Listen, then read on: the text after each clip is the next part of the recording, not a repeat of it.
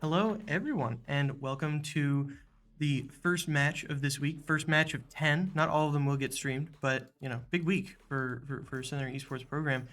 We have the Valorant team facing off against UNA Purple. I will just be referring to them as UNA, as that's many more syllables. Going straight into Lotus, this was a map that I believe last time that we played, we took a loss on, but I think that we've reconvened and we have a new game plan going into this one. I will say one of the people for UNA, their name is a phone number I do not endorse calling that phone number. That is probably their phone number. Leave them alone. They probably have things to do. But going into Lotus, we have, so I want to say we have a pretty standard comp, but last time we ran a little bit of a different comp. A lot of people on different things. Today, it seems like Whisper will be placed on the side instead of Twice Stand. Twice Stand will be playing this one. Twice Stand on the Raze, Snom on that Astra that we all have come to know and love. Pierogi on the Killjoy, which I feel like I can say the same exact thing about the Pierogi on the Killjoy and Blimey on the Sky. Absolutely just staples that get wins. And Ixora on the Breach, which I think we've seen before. I think we've seen Ixora on the Breach before, but I do know that there was a little bit of discussion on versatility of picks, that we need to be able to pull out certain picks at certain points in time. And I think that the Breach might be something that we try and get down, as these are all pretty staple picks. Breach might be something that we want to be more confident in the future, just getting away from a double duelist comp, that sort of thing. As we go into this first round, it looks like a pretty default setup. We do have three sort of A side, but pretty easily transferable B. As I say that, we have Ixora just sort of fluctuating between breakable door and B entrance. It looks like they're going to be full stacking on B. Yeah, they're going to make their entrance here. That's a lot already onto the site. We probably just want to wait for rotates. Looks like Blimey gets taken out, which isn't great. Ixora as well, and then Pierogi. Hopefully we can get some picks here. Getting the win is going to be incredibly difficult for Twice Stand and Snom here, but I think that getting picks is still the goal. Oh, it looks like they pivoted to C, which is really interesting. They had B control, but then they decided to pivot to C, maybe just to throw them off. And you get onto B and you can maybe get plant, and oh, I believe that covered. Oh, that did not get rid of the tracker. Unfortunate. There's the Molly, and not able to finish off that Raze, but we are able to get that Sky back up. Maybe we can get this Gecko. Wingman goes out, the nade goes out. This is a lot of utility that we're burning. I do believe that a decent amount of it is free utility, but some of it isn't, like the Mollies and the Wingman. Those are not free abilities. The only free ability that's really thrown out is Raze nade. It's not managed to take out two. That is not the worst outcome there. When we have the early picks, when we get picked off early on the pistol rounds, it's nice that we were able to at least take out two of them, knowing that the start of that round was kind of botched and we need to play for the future. But let's maybe try and cease their momentum and preserve our own a little bit. Going into round two, we do expect this to be a loss for center, but I also know that maybe some cheeky plays with a right click from a classic, you can never go wrong with the point blank jump a corner right click with the classic. Looks like they're going to be given a heavy emphasis onto C, but still throw some in flank, so any of our people going through A are going to be halted by a KJ turret, but they're going to show some presence at C, take that ult orb, maybe think about going on. Pierogi is the only one on site at the moment, but Blimey's nearby. Omen teleport on, Omen jump off that box, and just too many people shooting at Pierogi. Their position has been revealed. Snom and Twice Stand having to push through with just classics here. It's really unfortunate. That is still a lot of money that we're draining. That nade is not going to cost them anything though. Oh, it's not going to actually hit Twice Stand. Bomb is down. We're going to be able to get that Raze. It's 2-4. Not impossible, but with classics, it's going to be pretty difficult. They have the mound plant, so they're going to be holding this from outside. They don't need to actually be on the site whenever they have such a great line of sight from outside. If they go to plant, they'll get just basically a frame of Blimey's head. So they're going to try and drain the utility, make it to where they have to push forward a little bit, which it is what they're doing, but winning these fights, classics into Bulldogs, isn't something that you super want. Looks like they're going to try and back up, not die to this bomb. it's going to be more monetarily advantageous if Ixora just adds to this bomb, which Ixora is going to do. Now we get to the part that I like, which is round threes. Round threes are fresh. We've got everybody full buying or almost full buying. I will say not a lot of our people have gotten their ultimates up. So that's going to put us at a little bit of a disadvantage. But we've taken 2 losses, so that's not super surprising. Things like planting or diffusing or just kills, all things that would come from us getting wins. That's how we get those ultimates. So it's not surprising that we don't have those ultimates yet. But, you know, you can always dream that one of you gets a 3K and you still ended up losing, maybe. Of course, you never want to lose, but I'm going to show that heavy presence on C again. We just have Pierogi on the site, holding really far back. They did like to be a little bit aggressive, and it caught our C players off a little bit. I do like to see that that we fully set up on C, sort of preventing that. If they were to go in there, then it would just be the end of them. And so I really like the way that we played that, setting up on C whenever that was such a clear, decisive victory for them. It's going to make them rotate, even if not intentionally. They're going to have to rotate over to A. You've denied that site. Rogi's going to have to sort of pick up the pace and get to A pretty soon. Boombot's not going to detect Snom. But they might push forward, try and get Blimey. That dog's not going to detect either. Take out the Raze. Be able to take out the Gecko as well. That's a nice 2-piece from Snom. Although Snom is kind of trapped in this corner a little bit. Somebody's going to have to come to Snom's rescue. Flash goes out. Snom gets a third. I'm sure Snom's a little bit flashed by that, but unfortunately not able to use it as an escape. But that is 3 for 1. And I think that's a completely fine trade. I think this Omen might paranoia twice stand here. Just depends on where everybody's being held from. I think that Omen and KJ might opt to either rotate through breakable door, or yeah, it looks like they are going to go through breakable door.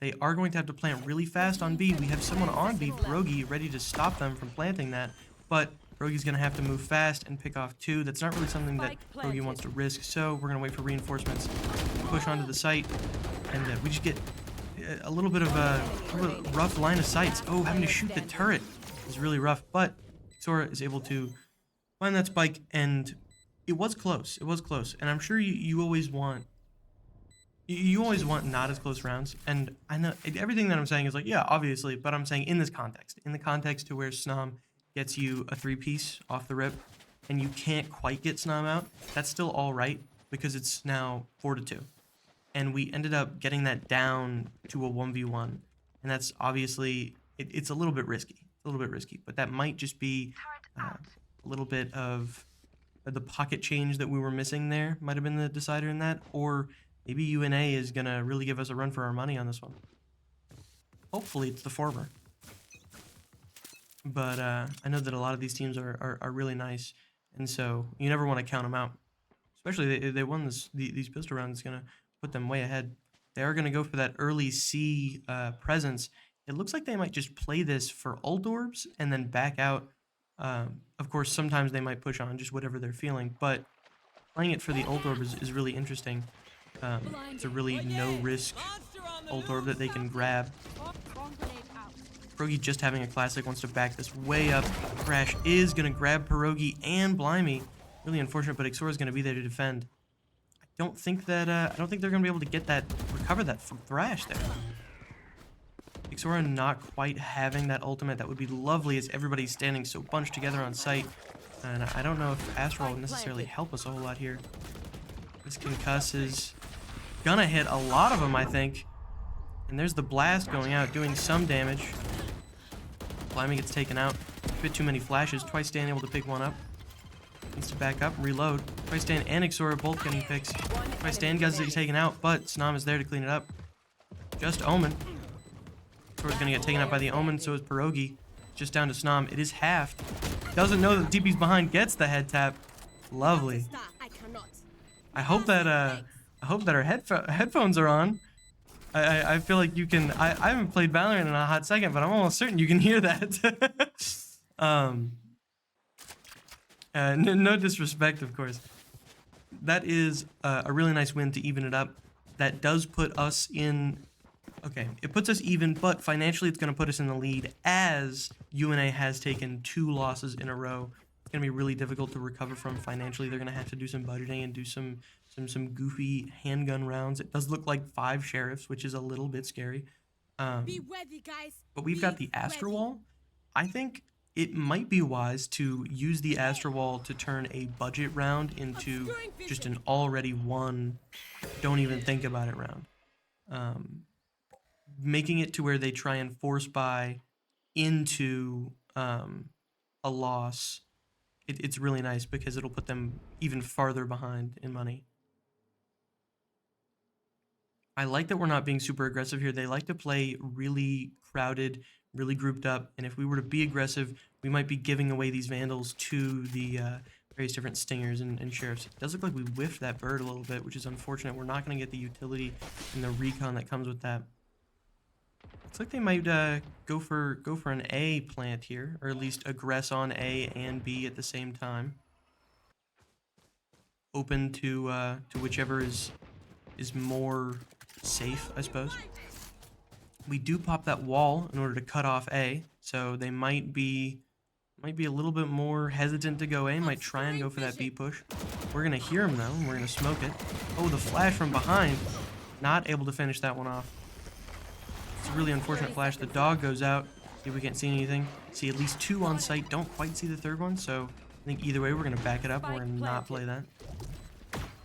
Gonna be able to see that tracker and be able to stop it. Rogi's gonna have to push off with the rest of the team. Twice staying able to get one, but instantly gets traded. It's 3-4. Able to get one. It's 2-3 now. There's 2 in the breakable door room, and there's 1 right in front of them. This KJ's not gonna have a turret for this fight. Ooh, unfortunate. Too many places to look. And the concuss is gonna end up getting Blimey. I don't even know.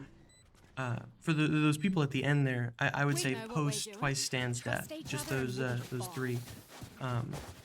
And does look like I think Whisper may have been a tad bit late. We can flame him if we see fit. But as I was saying, I think that those 3 people pushing onto site, honestly, I don't know how you play that better. I know there's obviously the ways that you can play that better, but you don't quite 100% know where they are. You shoot at somebody, the second guy shoots you. All these different things. Situations that you can't really help. Especially with the wingman. The point-blank wingman is not something you can predict. Maybe a spray could save you, but I feel like we were already spraying pretty hard.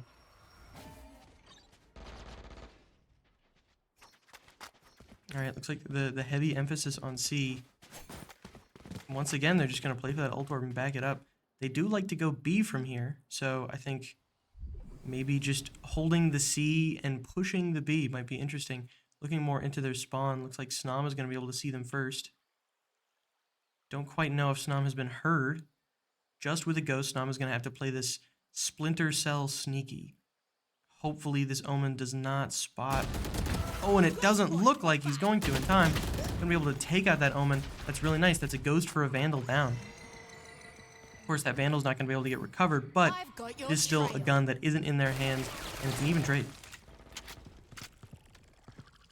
The Seekers are going to go out, and they're going to disrupt our team a little bit. So we're having to back up, give a lot of space. But let's see if we can't get something, get some recon with the dog, see what the dog can't see. Ooh, nice. Twice Stand able to get the Sky. Twice Stand does get picked off, so does Ixora. Able to take out that Gecko with the Sheriff. It's a classic. Just a classic. Maybe you hope to grab the Sheriff. Maybe you hope to just win the 1v1. Then you have another one above you. They could rush you. Able to grab that Sheriff. Still have to defuse the bomb. We are on a time crunch here. Gonna push forward. Don't quite know where the other one is. Gonna touch bomb. Like KJ might be peeking second here. They have that molly, so they don't necessarily need to peek. Just putting your back to 1 no matter what. If you peek the KJ too far out, the Raze is going to see you. And if you peek the Raze, then the KJ is going to see you. It's just a lose-lose situation there. And that's not to say that they didn't play that well. I think that going for the Sheriff at the specific ranges that they were at is really good. I don't think you're going to be able to make use of the Classic at that range. I think that running the Sheriff is 100% correct, especially with the low health that that Raze was at. That might have just been 1 Sheriff shot. But nonetheless, it was a loss. So we're going to move on into round 7. We are halfway through this half. quarter of the way through the game. As we open this round, that's a lot of people. That's a lot of people. Twice Dan, you better get out of there. You better just skedaddle.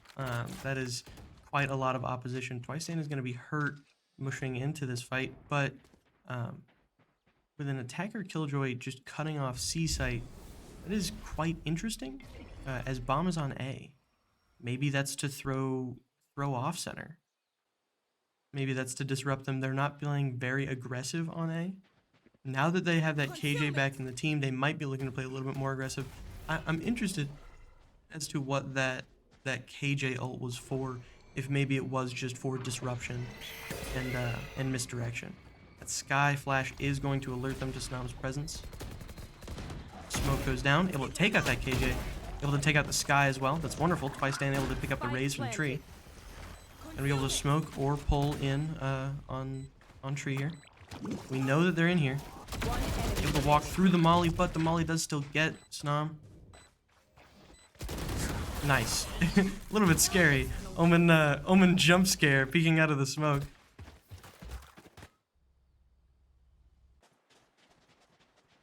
And that is going to be a timeout from UNA. I do want to say, ladies and gentlemen, I'm not quite as active at the moment as I have a hangnail, and it is taking about 70% of my brain power trying to mess with the hangnail. If I sound monotone, that's why. Try and be a little bit more active. I just realized that I've been basically mumbling this entire time. But this timeout, like always, it's just a way to reconvene and try to see what's wrong, what's going on. I do think it's interesting that it was popped this early. It's very interesting that it was popped this early, as it is 3-4. They still have the lead, as well as they just took one loss. This was the first. We're sort of trading 2-2, and so maybe they're hoping to disrupt that and sort of say, all right, now that we've won one, let's reset, take a timeout, reconvene, and maybe turn this into another 2 and get a nice 3-game lead. Or I guess 3-round lead, not game lead. But nonetheless, I personally have no idea what maybe they could have gleaned from that. Maybe that was to flame the KJ for holding on C. I have no idea. I doubt it, however. I doubt anyone would pop a timeout to flame their teammates. But going into this round, I think that everybody's pretty decent on guns and things like that.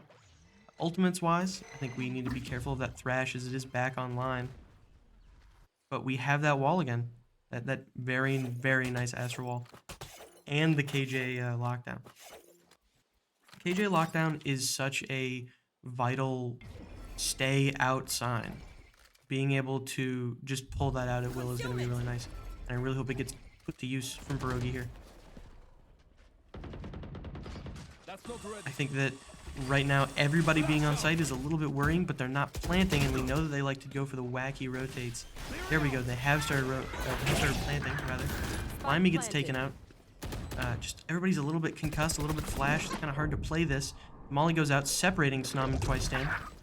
Pierogi getting a pick on site. That is going to be our Killjoy ult. Able to take out the Sky. Know that the Omen's in the smoke. Taking out the pistol at the last second. Unfortunate. That wall is up, and it's going to probably hit this KJ. And we're just going to be able to take that out. We need to defuse, and luckily, somebody is there to defuse. We did use Astro Wall in that, and we used the KJ lockdown.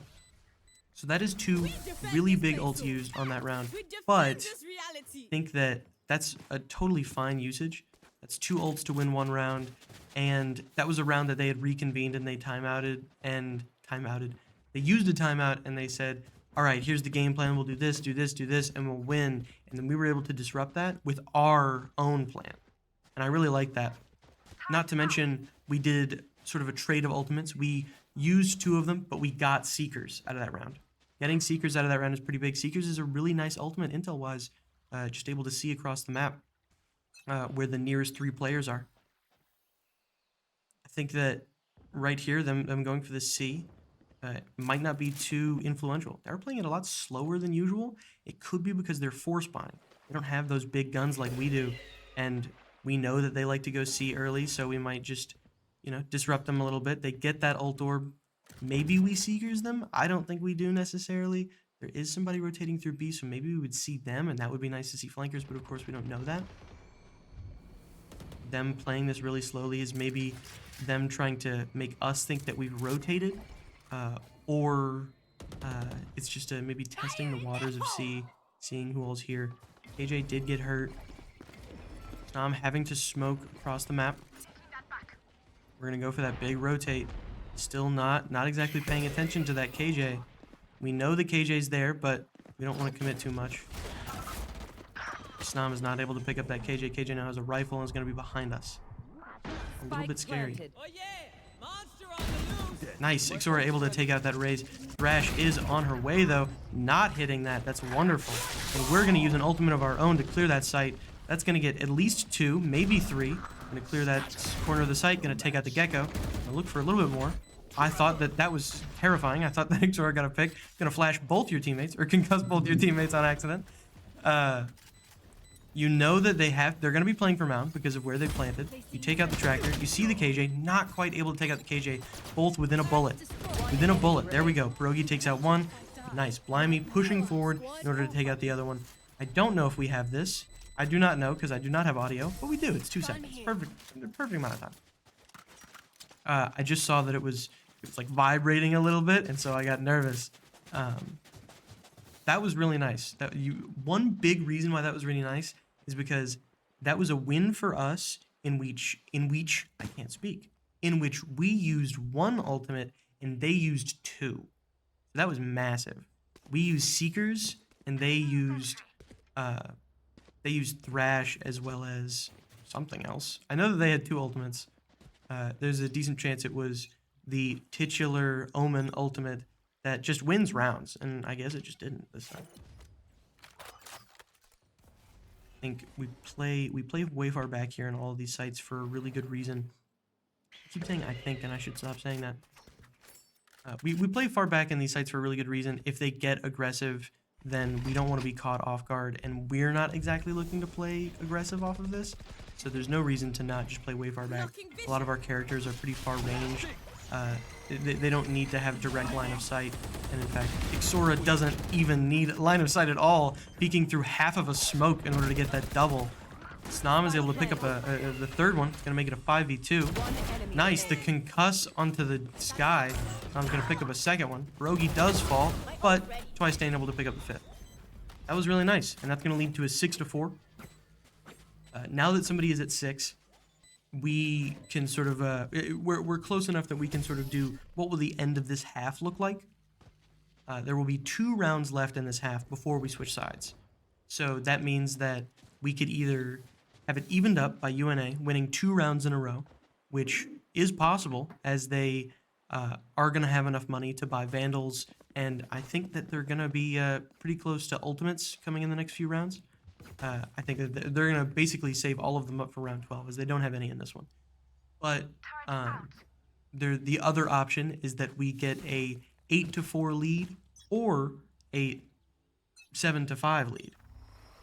I had to do math for a moment. We do have that Showstopper. Showstopper as an early pick would be really nice. Not knowing where anybody is, you do not want a Showstopper, but just saying, being able to just get a free kill is really nice. Because you have the funny gun. That was really weird. Twice stand pinging the Omen through the wall. I think that was just a call tree. They're going to be pushing onto A and C here. The bomb going C with 3 people. Pierogi the only one to defend, but I do think they've made a little bit of noise. So Pierogi's going to call over Blimey in order to come and assist. Really nerve-wracking. You really just have to ask which team is going to get spotted first. You just have Ixora sitting in mid waiting to rotate. That smoke goes out on A. Looks like they're going to get aggressive while C backs up. Twice stand. You almost just want to telepathically say, use that Showstopper. Not going to be able to use it. That Sky's going to take out Twice stand, but they don't know that Snam is sitting in the smoke. Oh, but now they do. The Seekers have revealed Snam's position at a really unfortunate time. Snam getting downed. It's going to be 3-5 now. The Seekers go out and are going to show where kind of generally the next player is. And Ixora gets pinged, and they just expected it. Sky expected Ixora to rotate through there. They get flashed. It's not looking great, but Pierogi does pick up one. Spike planted. They might get they might be able to maybe throw them back a little bit financially. Being able to sort of rule over the enemy's economy is really nice. I don't think that that dog was able to jump, but the dog did spot that there was one person on point at least. Last player Seeing that, standing. oh, that was a head tap, wall bang on the KJ, and then getting flashed. Not much you can do. Not a great 11th round, but as I said, no matter what, this will be an Last even round in the halftime. half. Last round to I use hope our that everybody's able to abilities. full buy, that we strategize that well. Nice. Blimey able to sort of splurge for an omen. Or an omen. Guys, you'll have to forgive me. I'm going insane. For an Odin, I think that it's a little bit spooky, as last time we saw an Odin, it was on Sunset, and I think it was a little bit sketchy. It was something that was a little bit of a goofy play. Hopefully we aren't looking to goof, and we actually have a plan with this one. It is in the hands of Blimey, I do believe, so that's going to be in our spawn, rotating to C. Monster on the They're going to make a lot of noise in C, and that's Thrash coming out. Thrash not getting anybody. I think that maybe got turret. I don't quite know if that's what they were shooting for, but we do have a lot of reinforcements on C. They decided to push on fast, which means we get to rotate fast, which is really nice. We have a lot of our utility still, and we have an Astra wall to play with. They are going to plant here. Spike planted. They're not able to get that Thrash back, as we sort of have dominance over this half of the site. They are going to use the attacker Killjoy. Do we really play off that? Oh, we use the Showstopper. Gonna maybe go for a last second Showstopper. Can't quite find anything for that. Twice Stand not able to make it out either. Hawk out. So I think that playing off of that wall just got negated by that lockdown. And so it was really unfortunate that we weren't able to do anything with it. Blimey gets taken out. It's 3 to 5. We're gonna have to use everything that we have, and that's not a lot. Rogi Twice Stand. It's just Ixora here. Ixora having to do 5 and then a defuse. Not gonna find one. Make it an even halftime. That was a really good half. I always think that even halftimes are sort of indicators that the rest of the series might go a similar way. Or I'm hoping for that, at least. I'm not sure that that's necessarily a trend. I haven't thought about it. But now we will be attacking. We will be attacking, and I really hope that this is our map. I really hope that this is our map. We do like to play Lotus, as well as Sunset. So if this is our map, then this means that this is our side, and we're ready. We have Pierogi, which is Pierogi playing the Killjoy, which is a bit more of a defensive character, but everybody else is pretty offensive. Snom's Astra is pretty versatile. I wouldn't say that that belongs on attack or defense either way, but I think that everybody else sort of falls in that category of I'm going to be aggressive and in your face, just character-wise. And of course, Ixora's playstyle being such an entry ego fragger. I think that this attack might go really well. We're going to take a little bit of a page out of their book, show presence on C, and decide to sort of stall it. Debating on whether or not we're going to skedaddle or whether or not we're gonna chill here for a moment. We're going to throw that nade and see that Gecko. Gecko's going to have to back up, and we're going to blast back on the site. We are going to be vulnerable and a little bit hurt. Twice Stand leading the charge, but a little bit wounded. Gecko wounded as well. I think Gecko was caught in that nade. Twice Stand can hopefully not get just head tap through the board here. Wingman does concuss Twice Stand. Really just looking to back up. Bomb is down, so we can play for that. Planted in a sort of corner, a safe spot for us. Blimey's able to pick off that Gecko. Blimey does get traded by the KJ. We're able to get that KJ as well. Twice Stand able to pick off the raise, but Pierogi gets taken out. It's Twice Stand, Snom, and Ixora. Snom gets taken down. Ixora gets taken down. Just Twice Stand. Not able to find that one. They are going to get the defuse. That is going to be pistol round going to them, but it's only 2 of them left standing, and I don't know if Omen even has 2 health. I think that genuinely may be a 1 health Omen that we're looking at right there. It's really heartbreaking whenever you get those losses like that. It was a really close pistol round, and of course pistol round is one of the more influential rounds. It can really halt a team's financial status for the first 3 rounds, depending on how they play it. We are going to lose the lead as well as the the tie, I suppose, that we're currently at. It's going to go 6-7 in UNA's favor, but I think that just the nature of pistol round gives you a little bit of a nice boost at the start, so I don't think that we should be disheartened too much by these numbers. A lot of them on A, I do think they're outnumbering us with 4 on A while we only have 3. It's a lot of utility that we're all throwing. That's a lot of people to look at too. Twice Dan and Xor are going down. Just Pierogi trying to maybe stall them with some mollies and things like that, hoping to get reinforcements, but Slimy gets taken out. Long range Spectre.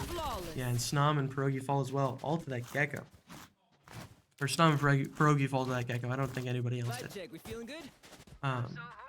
You know, losing that round isn't the worst. As I said, it gives you that really early boost. We were using classics and maybe throughout a handful of utilities. Half of it, I'm sure, was free. And so being able to pivot, it is now round 3 of this half, and hopefully we can do some damage with some rifles. Picking up Vandals and Phantoms is always going to be better than sort of force buying second round.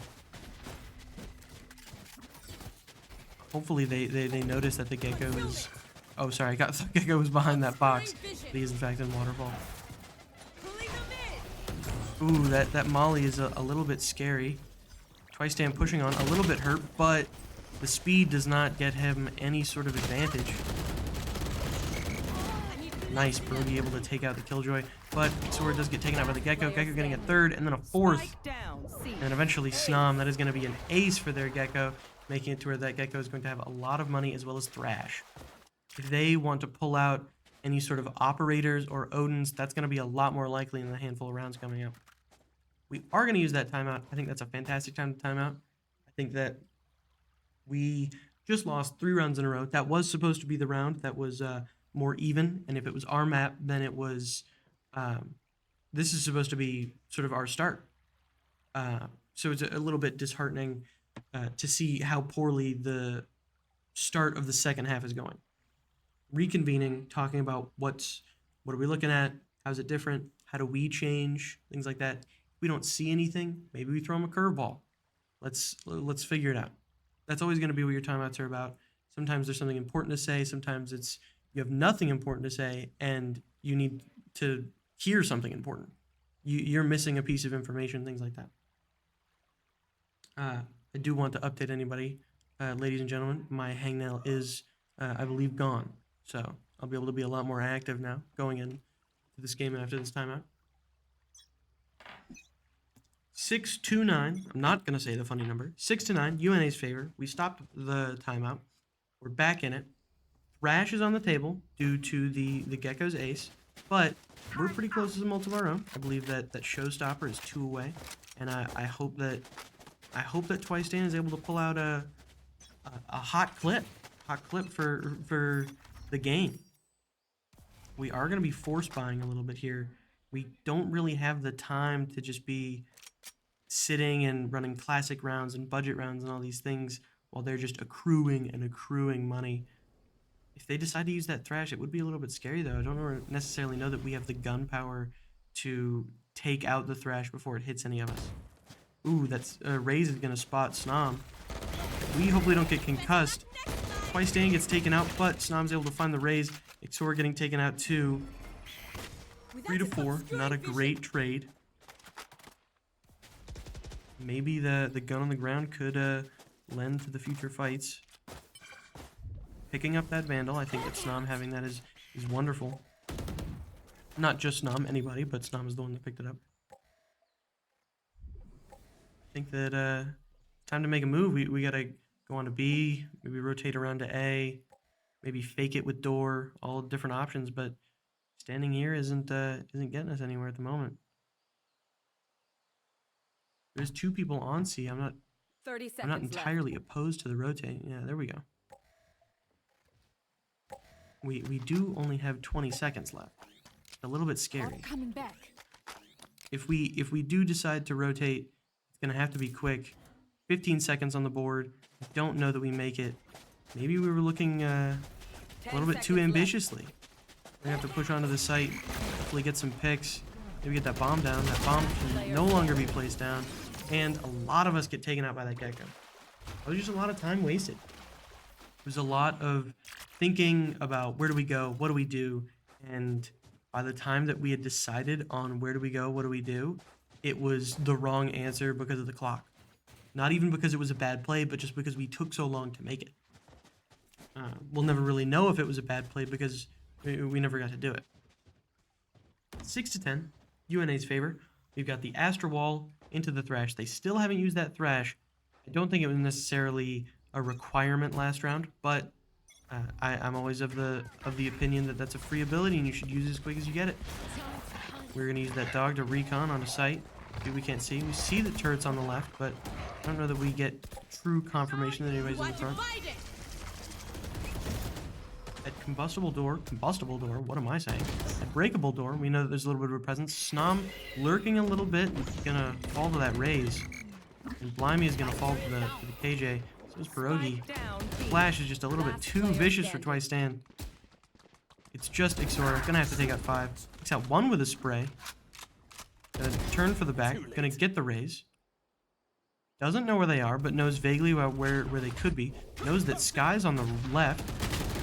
Unfortunate, just too many people to look at.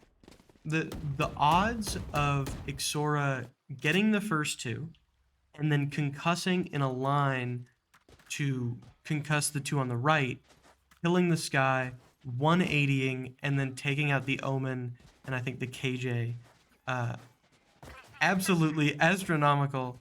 And I don't think that you expect anybody to do that, but it would have been impressive. Would have been very impressive. 6-11. If UNA wins 2 more rounds, they are going to win, and we are going to have to win 6 more rounds in order to secure the overtime 7 in order to win. So we're going to, once again, go for the C presence, but not C push. Throwing 3 onto B. I think that Snom pushing up really close could be scary. They have the Gecko. The various different flashes that can reveal you. And to see that KJ fighting that with a stinger is not the ideal situation. You're gonna throw some utility onto the site in hopes that you can take it over. Bomb is still in spawn. Just ready for that rotate. Ixora is 1 away from that breach ultimate. 55 seconds on the clock, still plenty of time to rotate. Snom's gonna push forward though. Maintain presence after the rotate. The tracker bot is going to ping her. Gonna be vulnerable. Time to back it out. And that Gecko's gonna throw the wingman. They don't push off of it though. Maintaining this presence really nice as it's sort of convincing the people on C to stay C, but only 30 seconds on the clock. Can Ixora and Blimey push this without a duelist? We're gonna be able to take out 1, take out that raise with the concuss.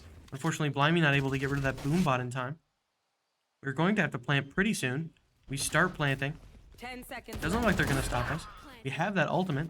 Ixora is ready to shut them down. Snom's gonna find that KJ. It's just Omen. Don't quite know where Omen is, but we're gonna dog around. It's about to peek Ixora, and Ixora is gonna find the 3. Gonna find the 3 with the thrifty. A victory to be celebrated for sure. I can hear the commotion in the other room. I think that's a wonderful round to win. That's a round that everybody goes into that with stingers and sheriffs, like praying and hoping that we can pull that out, or maybe pull out some sort of a plant for ult or things like that. Didn't invest any ults, I don't think. We might have used wall. I don't quite remember, but didn't invest any ults to my knowledge. And able to pull out that win. That's really nice. You really have to commend Ixora for being able to pull that triple kill out. Watching this spot. Blimey 1 away from ultimate, and Ixora didn't actually use breach ultimate in that last round. Hopefully, I don't think we're going to see that raise, but we are going to see the Sky. We peek out. Hopefully able to get the raise, and we are able to get the raise. We're going to blast pack in order to get a little bit deeper. That flash is really detrimental. Going to get 3 of our players. If I stand with the showstopper, going to launch it out and get 2 with them. That's wonderful. That's absolutely wonderful, making it a 4-2. So we're going to concuss onto the site. We do have that ultimate. I don't know that we necessarily want to use that ultimate, as there's only 2 left, and there's a lot of rounds that we need to extend this. Gecko is going to take out Blimey from heaven. We're gonna need to play this really carefully. That Molly doing a lot of damage. Snom knows that one could be on the left, one could be heaven.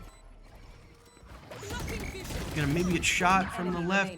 Not great. Ixora is able to make that trade though. It's not a bad trade at all. 1 for 1. Ooh, nice. You have Ixora rotating around in order to take out the Gecko now that its position has been revealed by the wingman. And you've got somebody looking at Bomb just to make sure that wingman keeps his distance. Keeps that wingman distance a little bit back. Now, 3 ultimates. 3 ultimates from the side of center.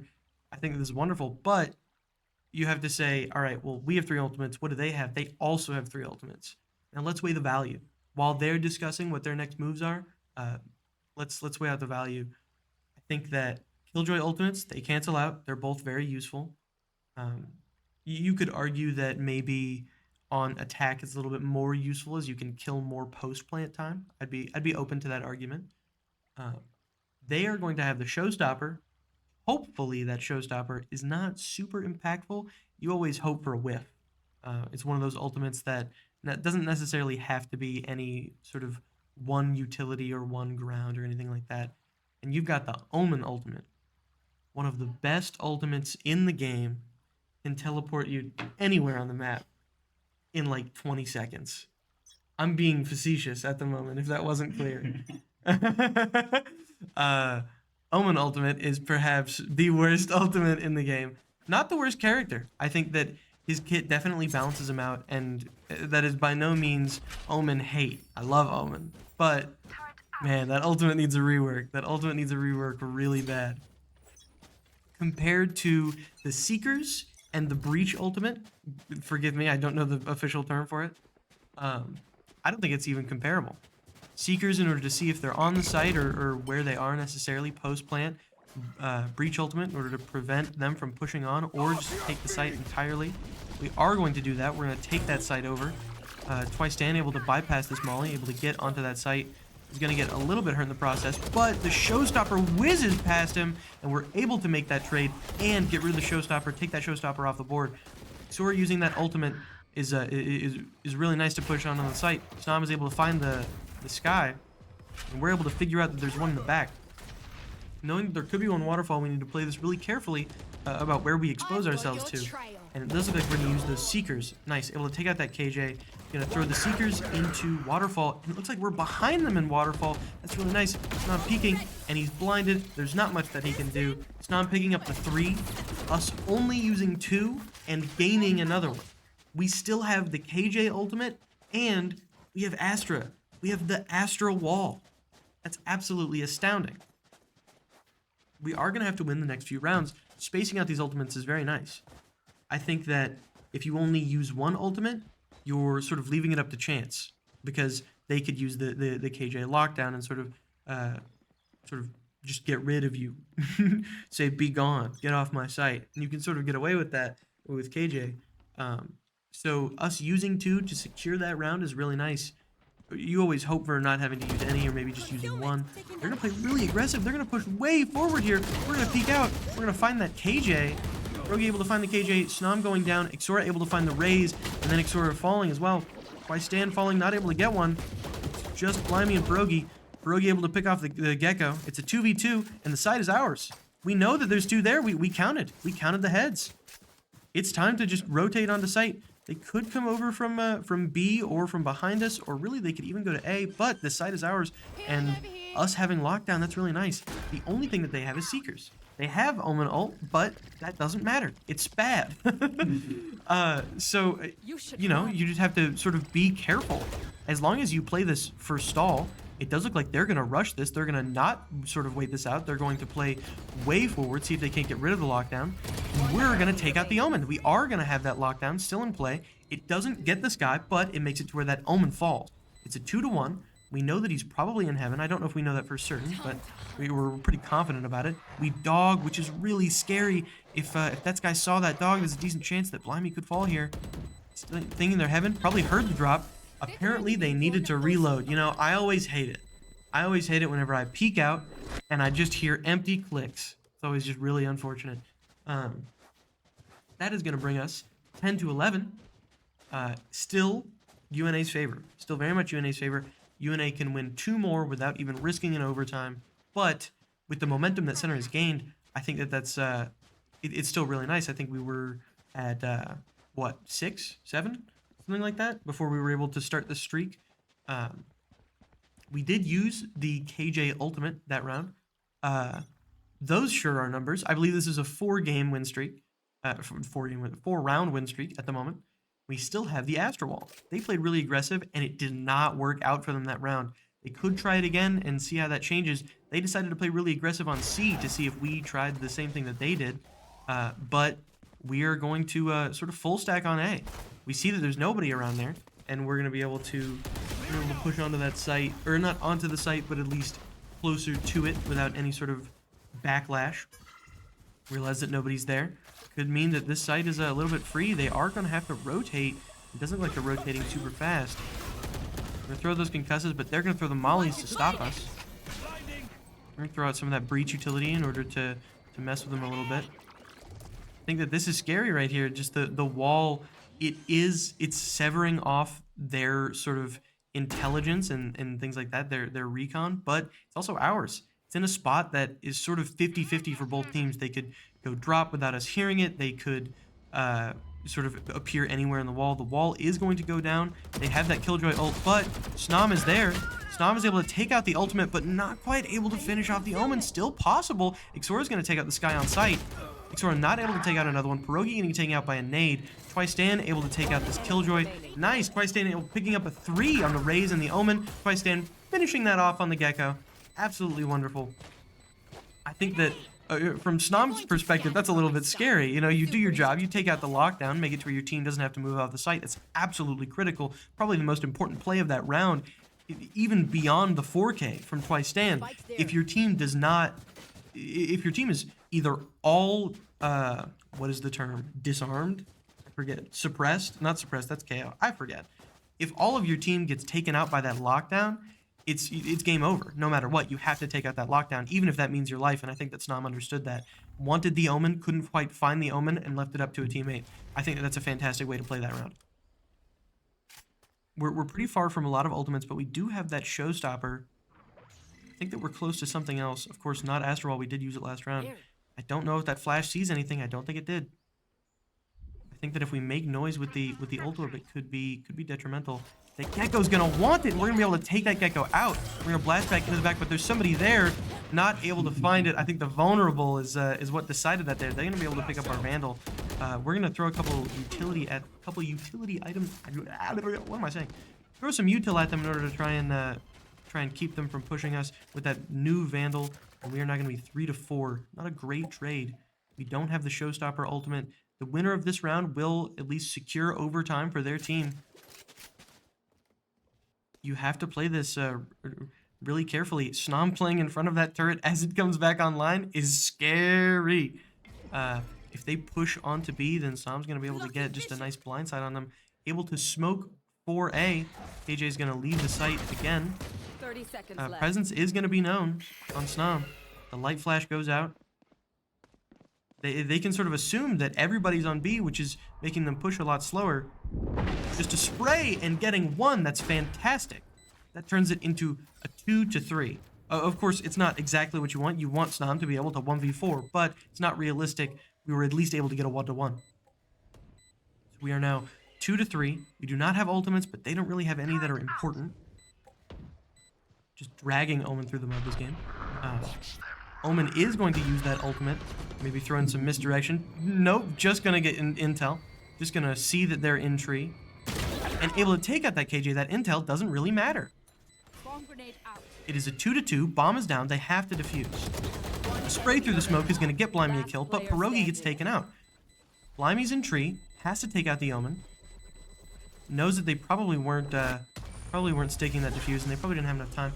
Both of them are going to fall, but it's going to be our win, which means that we have secured overtime for us, and we have the lead financially, as well as round-wise, going into what could be the last round.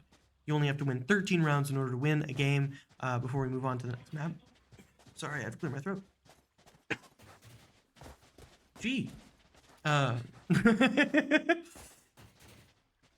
going into this, what could be the last round, you have to play this incredibly carefully.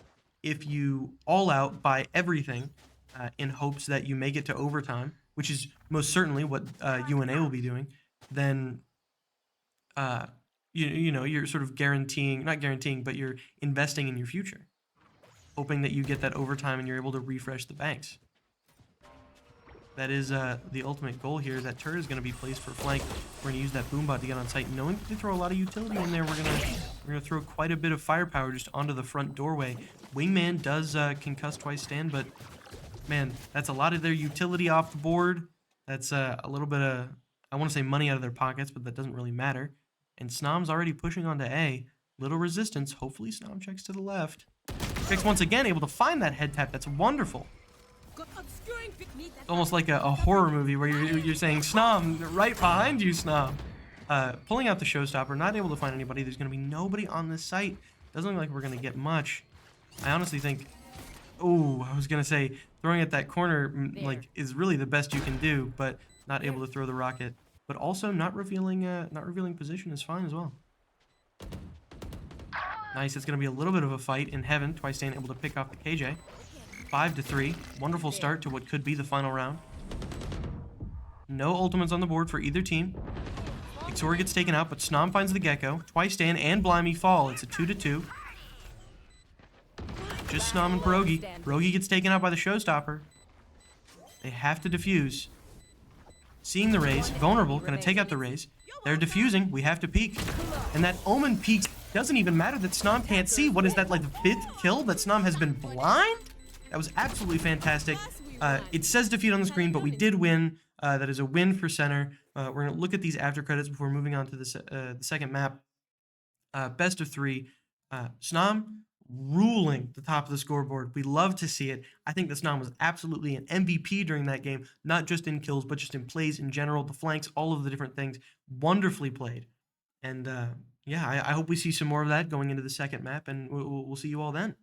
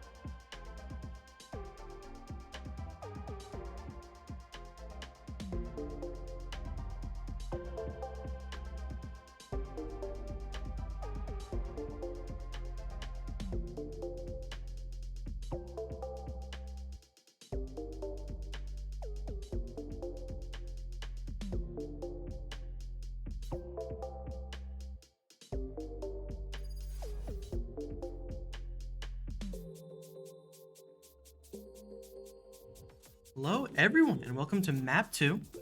We do have Whisper out still, so it's going to be Snom, Twistan, Pierogi, Ixora, and Blimey. I really like these picks. Everything is the same as the first map, if you didn't catch it. It was a win. It is 1-0 center favor. Best of 3, so if center is able to win this map, then that means that we're going to take it home 2-0, and it's going to be wonderful. But if not, we'll be moving on to Sunset. I really like the way that Ixora has played recently. Not recently, but just in this map, which I suppose is recently, but I wanted to narrow that down. In this series, Ixora has not played Raze. I cannot think. Ixora has not played Reyna. Not that I don't like the Reyna. I love the Reyna. If you ever listen to me gush about Ixora's Reyna, you'll know that I'm a massive fan. But I think that, was I muted in any way? No, I had music playing. Oh. Ixora running the Cypher and the Breach. I think that we've maybe seen the Breach before. I'm not super familiar with the Cypher. It might have come out before. I might be crazy. But seeing the versatility. I know that was something that they really wanted to hone in on before their next game, which is this one. They really wanted to say, okay, well, what if we don't want Ixora on Reyna? What if we need another Sentinel? What if we need another controller? Things like that. And Ixora picking up the ball. Quite a bit of a team player, just being able to say, you know what, as fun as the goofy character that's invincible and is busted, as fun as they are, I'll pick up Breach, and I'll pick up Cypher. I do think Breach is very fun, but Cypher not so much. I'm not a big fan. Not meta-wise, just as in I don't have fun playing him. Just so that's clear. So we are going to be defending first, as this is not our map. Yes, our map? I don't know. I don't remember. I did the math a while ago, and it doesn't matter now. We're going to be defending. And that's all that matters. Sorry, that was stupid. Pretty mirrored comps. The only difference being that we trade off a lot of their offensive capabilities. They're running a Jet and a Viper in place for our Cypher and KJ. And I think that if we've got that Cypher that's a better on defense, they've got that Jet that's better for attack, and we've got the KJ, which is better for defense, and they've got the Viper, which is I kind of an all-rounder. I personally like her more on attack, but Hello. just staring intensely. All right, into the round. Time to lock in. That was a motivation speech that we didn't get to hear right there. A lot of people on B site prepared for this full-on assault that they're about to prepare. There is one on A, but the Raze is gonna kill herself on accident. Pierogi's gonna able to get one with the mollies. Pierogi's gonna get a second one, but Blimey's fall. Pierogi's gonna be able to get a third. Down B. The Sky is in mid, was going to A, and now is alone. Gonna be pushing through mid, looking at heaven. I believe Twistan's gonna run into them. Able to get a decent bit of damage. There's the nade going out. Not able to finish off with the nade, and Ixora actually gets picked off as well. That's not great, but a win nonetheless. I really like that. Robbed Pierogi, quite frankly. I'm gonna say that was robbing Pierogi of a 5K in my head, because the Raze kills herself, which is kind of funny. I'm not quite sure. I don't believe that was their plan. If I had to guess, it was probably they blast packed and threw the nade, and the nade ended up slowing them in some way so that they weren't able to fully blast pack or something like that. But yeah, I think that, if that was still around, I think Pierogi gets that, and I think Pierogi gets the one in heaven too. I'm gonna say that justice for Pierogi here.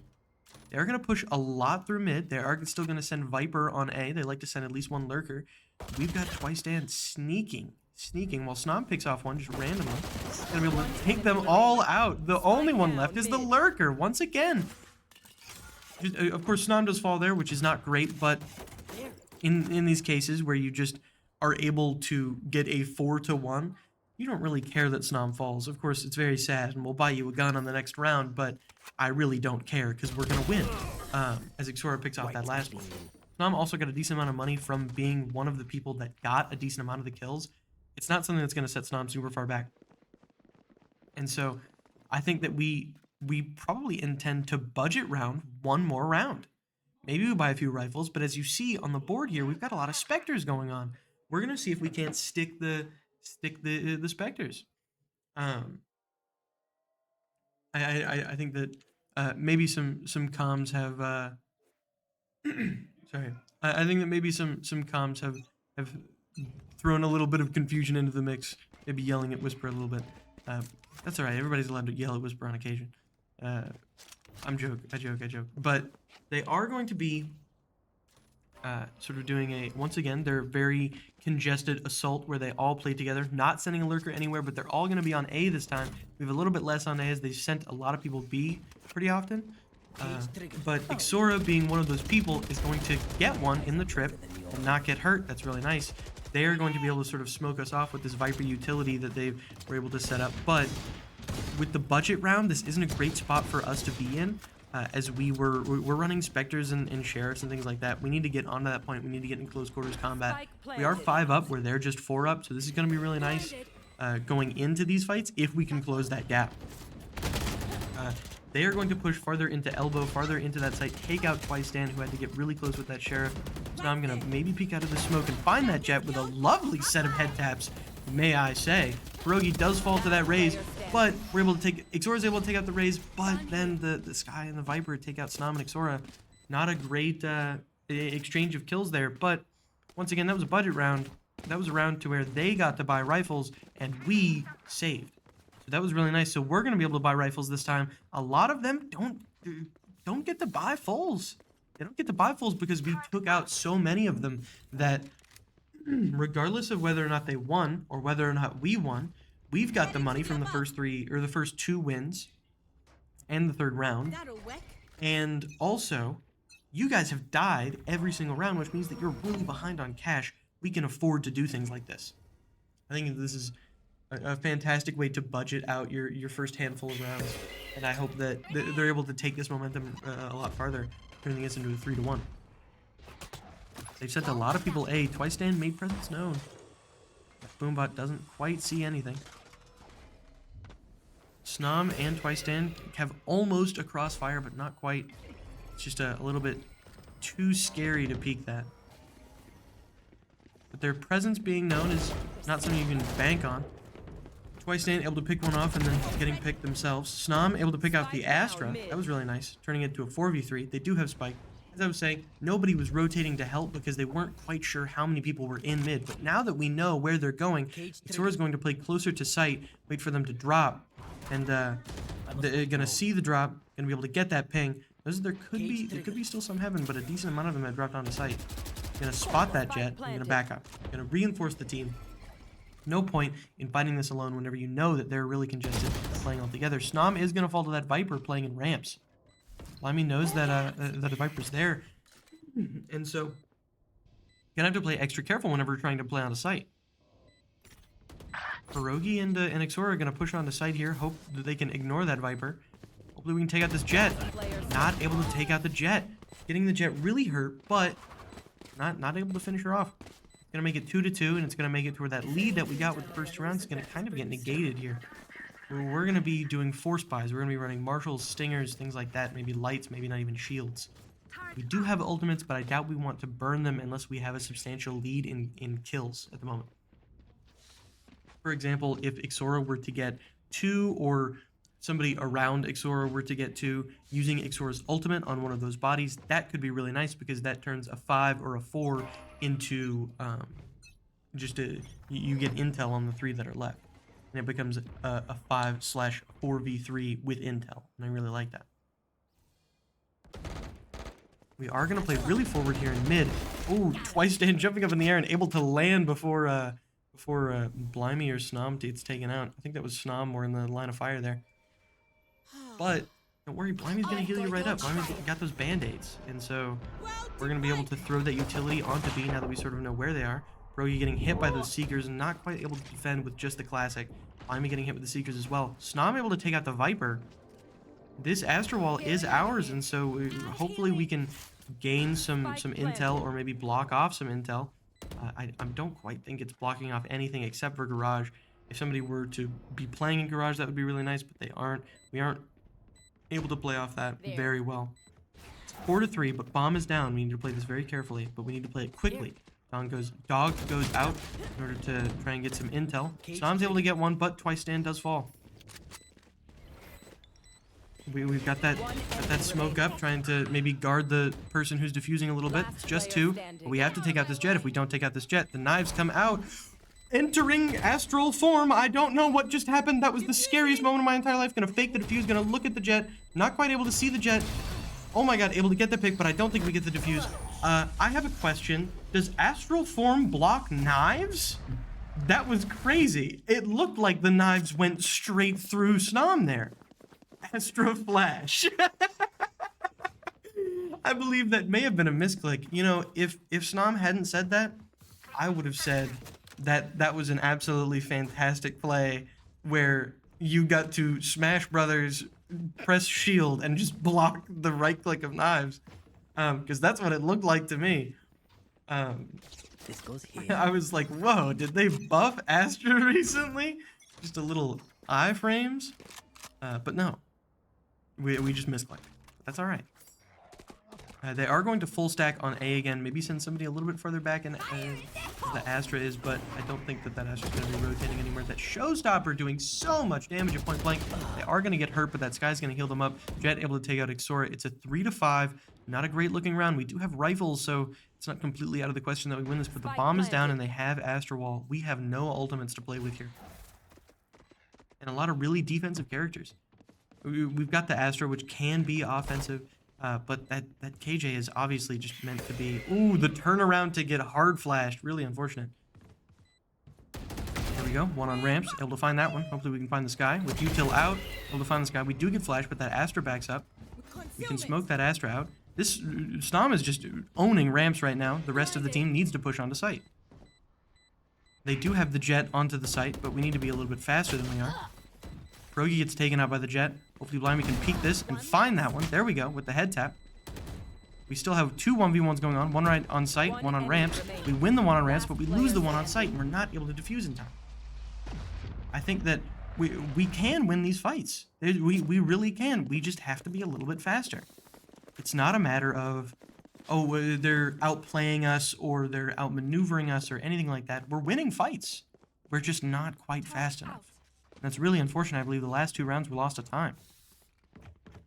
I suppose that round was left to a 1v1, but I think the point still stands. I think that it's very possible that we're able to get that win if we just play a little bit faster. We do have 3 ultimates here.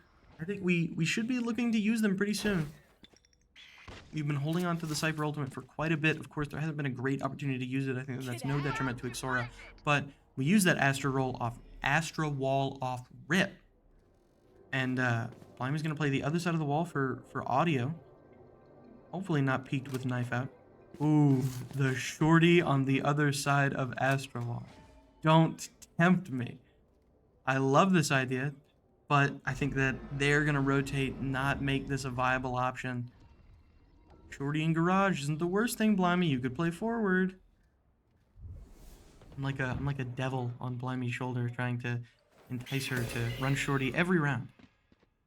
They are going to reconvene in garage, and they're going to try and push through garage. We still just have that shorty watching this side of the site.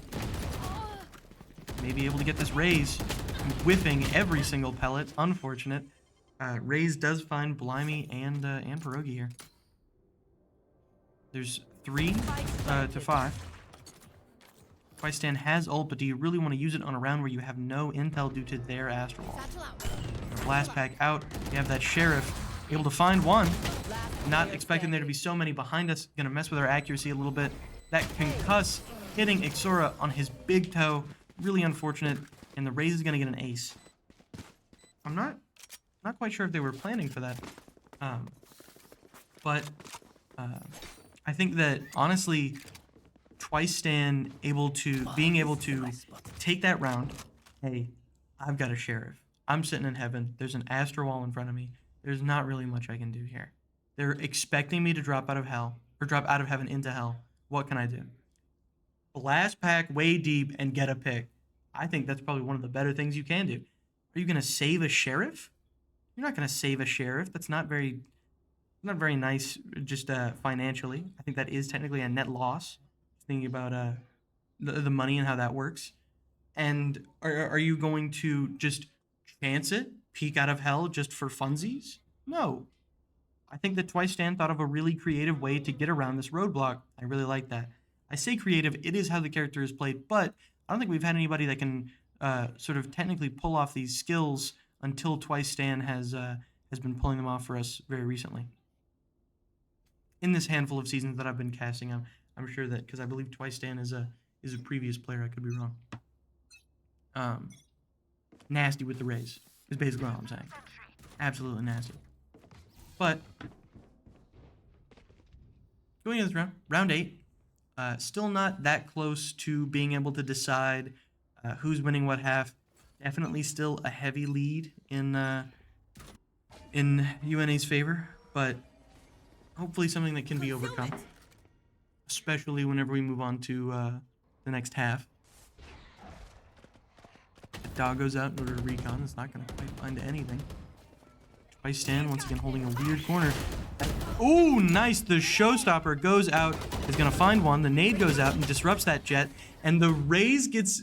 Okay, I will say that feels robbed. Riot Games robbed Twice Stand of that 4K. And I truly am sorry. Knows that Viper there and is able to do a little bit of damage, but not quite able to get the kill. Scout destroyed. And a dog for that util. It is just a 4v2. As much as it's nice that Twice Stand got that heavy 3k lead, it's still it's not a 1 round yet. They have Spike and they have Viper's Pit, which is an insane ultimate. I think that maybe you could time it really nice to where Cypher uses ultimate as they're in Viper's Pit and you just shoot through the Viper's Pit. That could be pretty big. But that requires a lot of coordination and a lot of planning that isn't really readily available. As Blimey gets taken out, it's just a 2v2. Snom holding B. Ixora holding A. He's going to rotate over now that they've made a decent amount of noise. Hopefully spray through this. Not able to get that spike down. That's wonderful. If they both peek this at the same time. Nice. Like I said, you just play for that ping. You get the ping. Time to peek. You see that you don't have to spray through the smoke. You can just see that they aren't looking in your direction, and you can peek it. I think that was maybe just a little bit of celebration. That was a little bit of celebration. Maybe not BN. But 3-5, like I said, hopefully we can turn this half around. It's not going great for us at the moment. We have a 2 lead gap, not in Center's favor, but I'm ready to see it turn around. We saw it turn around last time. The second half of Lotus, second half of Lotus was not looking great for Center at first, and then it actually ended up turning around and being what won us the round, being what won us the game. They are going to full rush that mid once again, not sending any lurkers anywhere. We don't have that that showstopper to sort of pull a big play like that again. Twice Stand falling to the jet. That smoke's going to go down, and they're going to feel a lot more encouraged to peek through one of these entryways. Looks like they're going to opt prevents. We peek it, and we managed to get one. Bring it back to a 4v4. Able to heal Snom back up, but Snom is still going to be a little bit hurt due to the lack of armor. They're all in ropes, and they're gonna play onto site. Unfortunate that Ixora only has a ghost.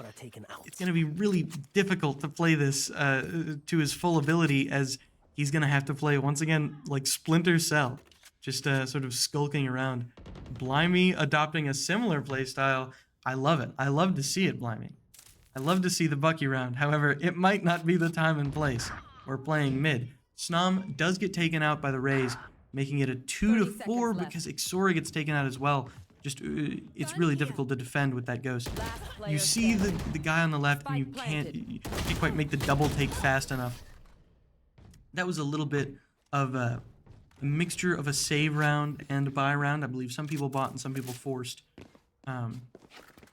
It's not great that we lost that because of the rifles that we lost during it, but we're gonna pop that timeout.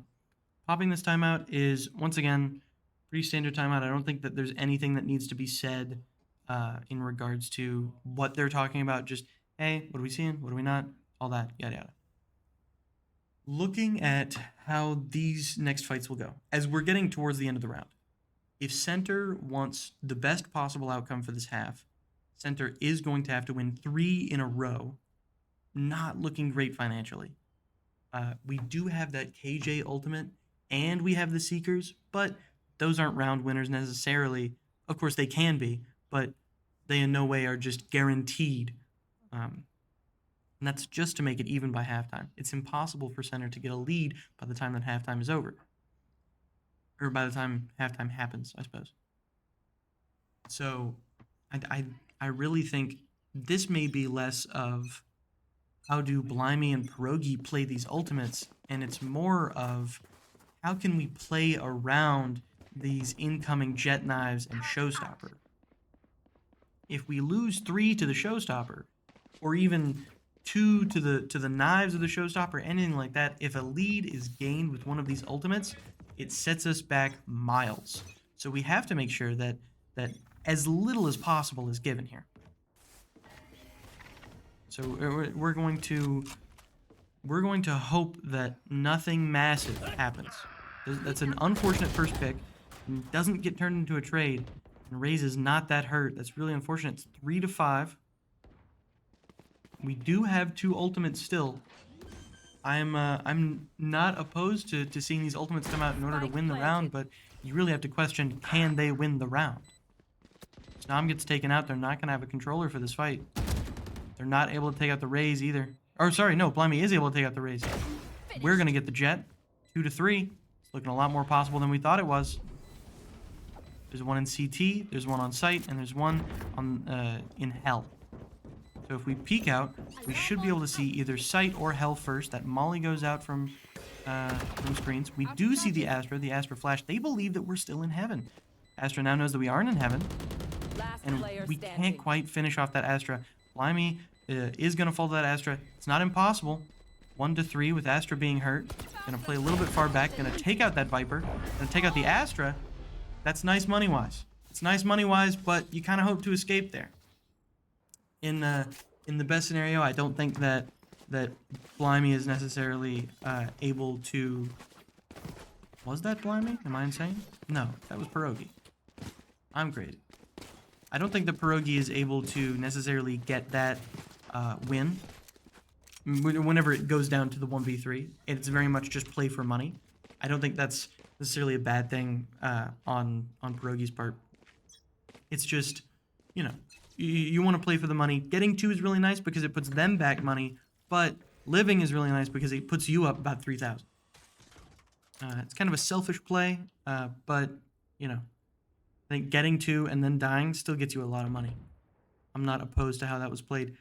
It is 7-3, which means that we're going to be saving this round in hopes that we can turn it into at least a 4-8 or maybe a 5-7. Ooh, just standing really deep forward. They don't know that Snom is there, but they're just blind fires are always going to hit whenever you play that deep. Just having a ghost is a little bit scary. So now I'm going to have to play careful. Don't get hit by that showstopper. I'm sure that just the end of the silencer was exposed. Xora able to get that trade, though. That's an ult kill for a regular kill. I'm all right with it. Stan able to pick off the sky, and is going to be able to throw a nade before dying. Going to maybe disrupt some of the backline that they have. Dog going out, not seeing much. Xora's going to hopefully try and not die to the Astra. I didn't even know that Astra was there. And I can see through walls. Ooh, really an unfortunate round, but once again, that was a save round. This round, we're going to be able to buy all of the full rifles, full utilities, and hope that we can turn it into an 8-4. Or I suppose a 4-8.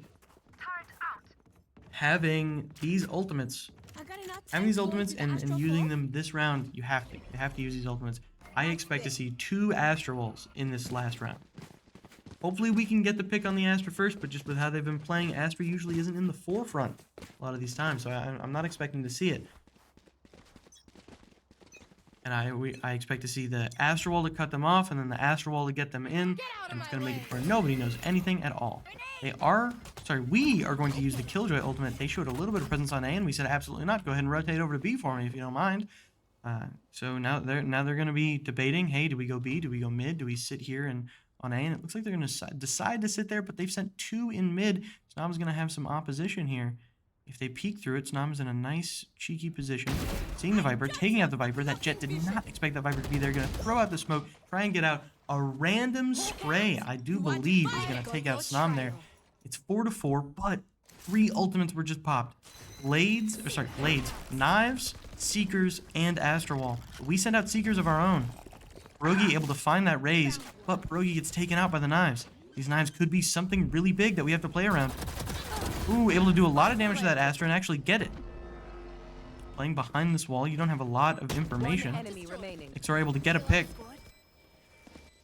It's really nice. We're surrounding the site, but Knives are one of those ultimates that just keeps coming back. Able to take out the Jet. That was a really nice blast pack. Whenever you have twice stand on the raise, it's ooh. I didn't know. I don't know how that works, and I just for some reason thought that was gonna instantly kill Xora. Oh, we did get the defuse. I thought that we were preventing Xora from getting the plant. How sad that would have been. We now are attacking. I want to finish what I was saying. The way that twice stand plays, if there's ever a situation of man, twice stand has to peek this dry, it's really scary. If twice stand has a blast pack, he's not peeking it dry. He's gonna peek it going 80 miles an hour and spinning his mouse wildly. And that's just the speed that he likes to go at. And I gotta respect it. It's what won them that round. Not to say that the others couldn't have picked it up, but you have to give credit where credit's due. That was a really nice play that really just threw off that Jet. 4-8, not Center's favor. It is UNA's favor. We are going to push a little bit through Garage, a little bit through mid. I think that pushing through mid on pistol round is really nice. Able to get easy control of Heaven is really nice, but we do not have bomb. We do not have bomb at the moment. Keeping one back in order to sort of preserve that doesn't really matter. It doesn't matter whenever Snom's pulling out doubles. Snom pulls out a double, Pierogi gets the third. This pistol round is looking like it's going to go in Center's favor. They just have 2 inside of UNA. Twice stand hopefully doesn't get snuck up on. They are both sort of teetering on Heaven. Debating on where exactly they can go. That smoke preventing them from being able to see anything on site. That smoke goes down, you're going to see that Jet right there and get a wonderful head tap. Snom picking up a third as she rotates through stairs. Really nice, really well played. I think that the way it was played to where you don't peek through that smoke and you instead wait for the smoke to go down, that not only gives you you level the playing field peeking wise, you're both getting to peek at the same time, and you're giving Snom the ability to make up that time. Hey, let me rotate around, don't peek yet, let me rotate around. Even if we don't peek at the same time, I want to be able to trade you. It's a really nice way to play that. We won pistol round, so hopefully we can win the second round. Motivation speak. That was a motivational speech right there. You can tell. Ooh, that flash is going to get all 3, but don't worry, it's just a light flash on most. That's a really weird trade. Twice stand able to get 2, but Xora and twice stand fall. 3-3 still. No duelists from the side of center, so it's going to be difficult to get onto these sites, especially if you're not with the Sky. It does look like Sky's with the team, but if anybody decides to go on their own, lurk or anything like that, they're going to be doing it with a heavy hand of difficulty. Oh, it looks like they're going to maybe just sort of tease playing outside of the smoke a little bit. And we're going to push on to A. But Snom's going to stay. Snom's going to stay in mid. I like the way that this has been played. We've played this way a lot.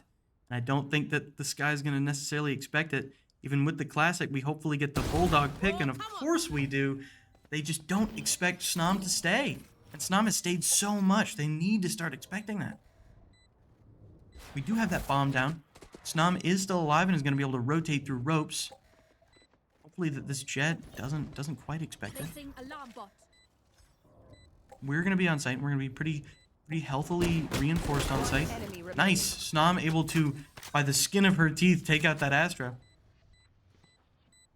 I think with the health that Snom is at, the correct move is what she's doing right now. Rotating to where I can leave if I necessarily need to.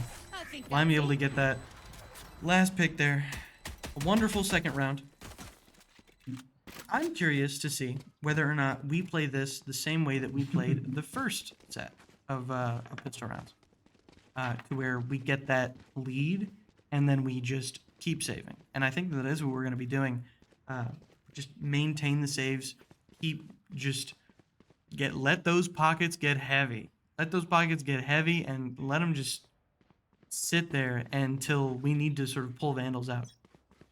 They are going to be able to pull Vandals out, so this round is not looking in Center's favor, but that's never stopped us before. We're going to push forward, especially through Garage, but Bomb is going A. Looks like we're probably going to look to make a bunch of noise over here in the B site and on Garage, or maybe even just grab that ult point and leave. You know, make a little bit of noise, ring their doorbell, and then book it.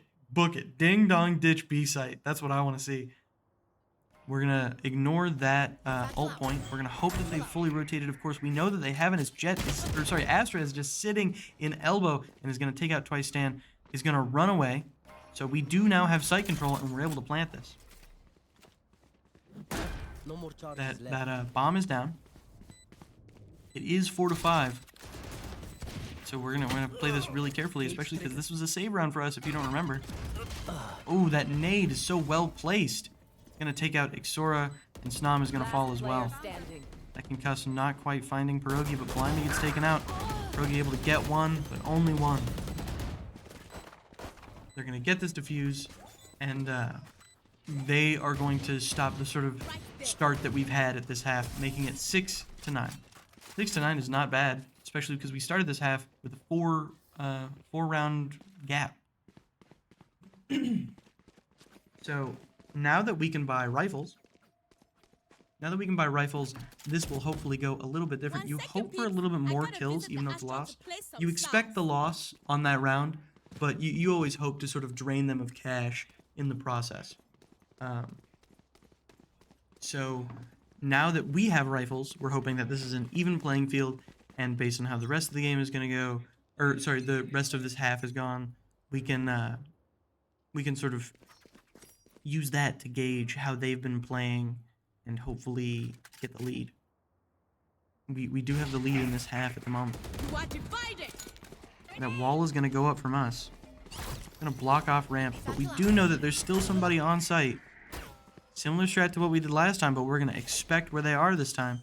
We're going to clear out elbow. We've cleared it out. We know that they moved back behind the wall. We're going to get this bomb down nice and quick. Not even a minute in. Sorry. Not even a minute left. I can't speak. Over a minute left. Ixora is going to be a little bit of lurking in ropes. And they hopefully don't expect it. They hopefully don't expect the Cypher to be sitting there and just skulking around like a goblin. We are going to have heaven control with this, as nobody else is in heaven. Lonnie's able to take one, but oh, I did not expect one behind him. Pierogi's able to take one as well. It's a 2-3. Oh, that Viper's hurt, but not quite dead. Peek out. Can't find the Viper. And you have to look for the one on bomb, and you can't find it. 6-10. Once again, a 4-round deficit. But I think that now that we get into this next round, we start to look at ultimates. Viper Wall did get used that round.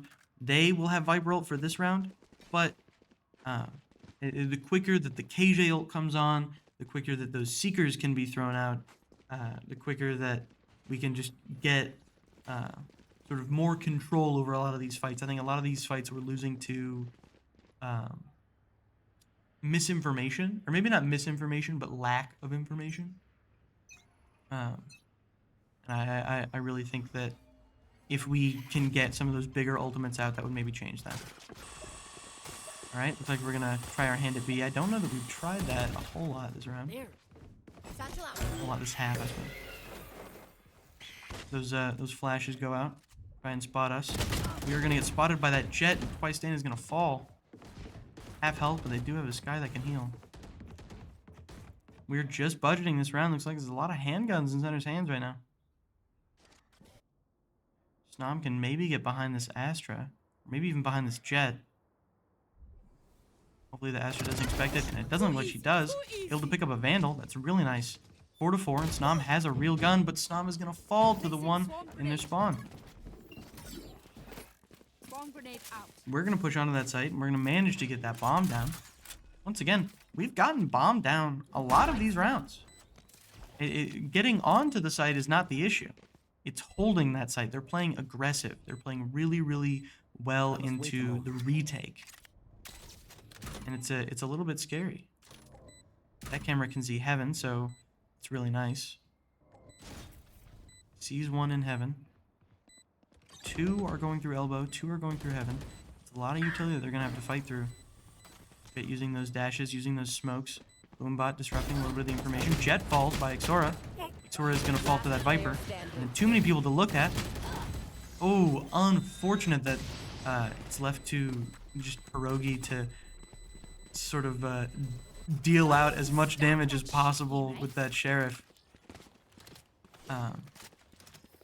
We now are looking at what could be the final rounds of this map. If UNA wins one more round, they secure overtime for themselves. And if UNA wins, I didn't even know that was possible. Whisper is going to call that timeout. I think it's a little bit goofy. But if UNA wins one more round, they secure the overtime. If UNA wins 2 rounds, they win the whole map. And we move on to the third map, which is Sunset. Now, if we want this game to be over right now, the series, I mean, then we need Center to win. Center is going to have to win 6 rounds in a row. Sorry, 6 rounds, only able to drop 1 in order to secure overtime. 7 in a row in order to win. Now, that's quite the task. It's quite the task, and as much as I am an optimist, and as much as I believe that Center Gold can do it, Center Gold, whoa. As much as I believe that Center can do it, I would never put that on somebody's shoulders to say, hey, win 7 rounds in a row, no sweat. So On, let's go. I'm really hoping that we can take a decent amount of rounds off of them. I think that winning 6 rounds, only dropping 1, that's possible. It certainly is possible. We're going to have to be on our A game. That dog goes out and nothing for it. Flash goes out, but that utility is going to make it to that Sky. Takes a lot of damage. Not quite able to finish it off, though. Twice Stand needs to reload pretty quickly. Snam is going to fall to that Raze. And the Raze is also going to get Pierogi, but Pierogi's going to manage to get the Viper, and Xora is going to get the Sky. Got your trail. Raze is also going to get Twice Stand. It's a 2-3. We know where they are, Found one. and the Seekers are going to help us as well. Hopefully we can peek onto this Raze. The Showstopper comes out. It's time to get out of there. Nice. That's no damage dealt with that Showstopper. The Boombot goes out. Hopefully it doesn't see Xora. Xora should play this. They're flashed. Nice. Able to take out that Raze. That's a massive playmaker for them.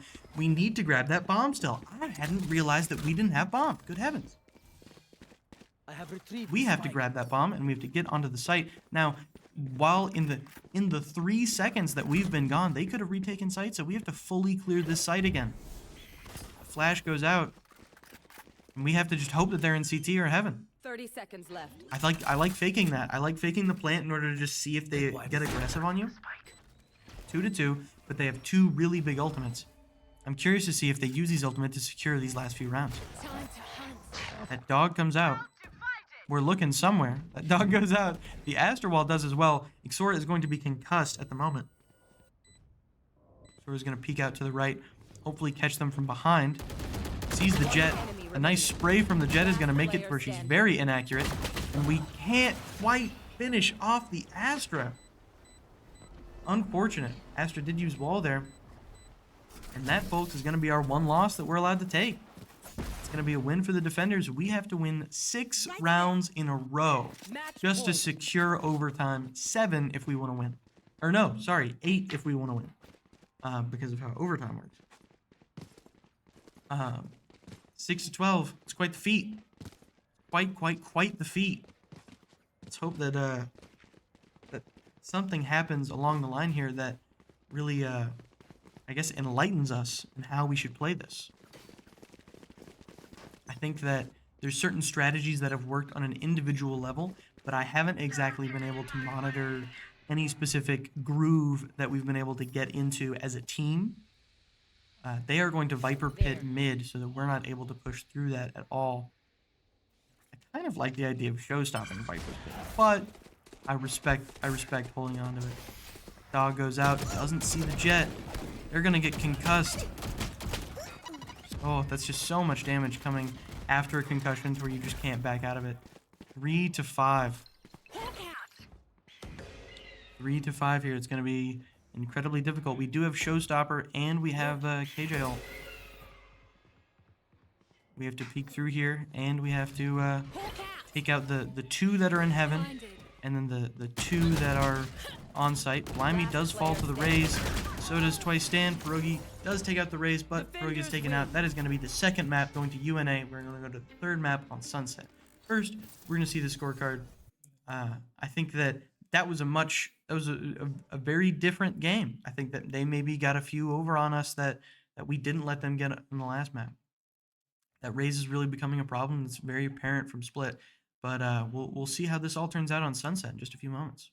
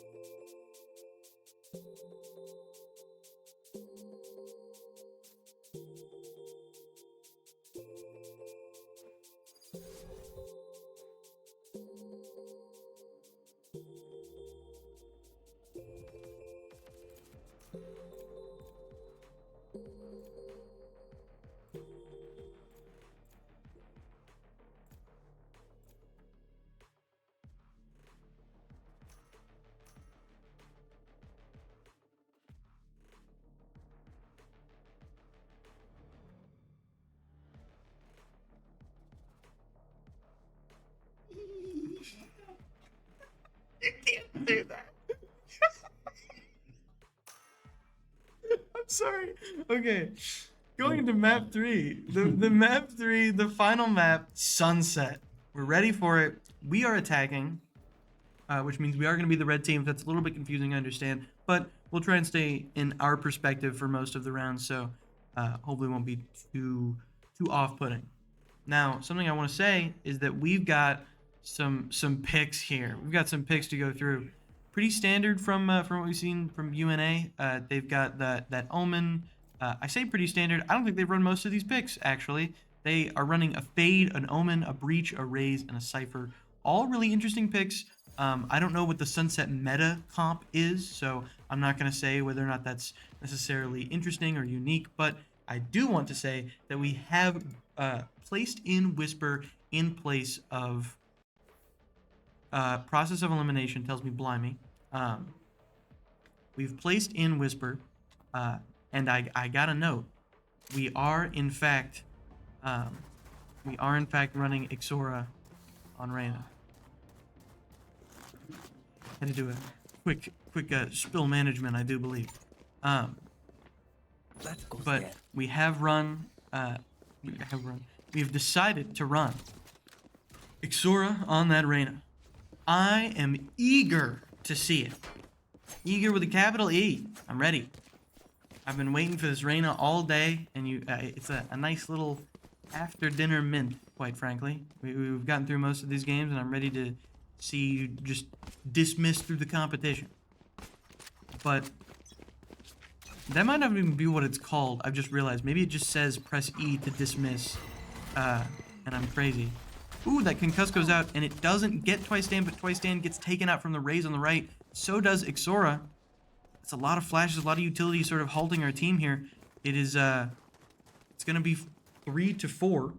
We did manage to get a pick in that process, managed to trade the 2 that fell there.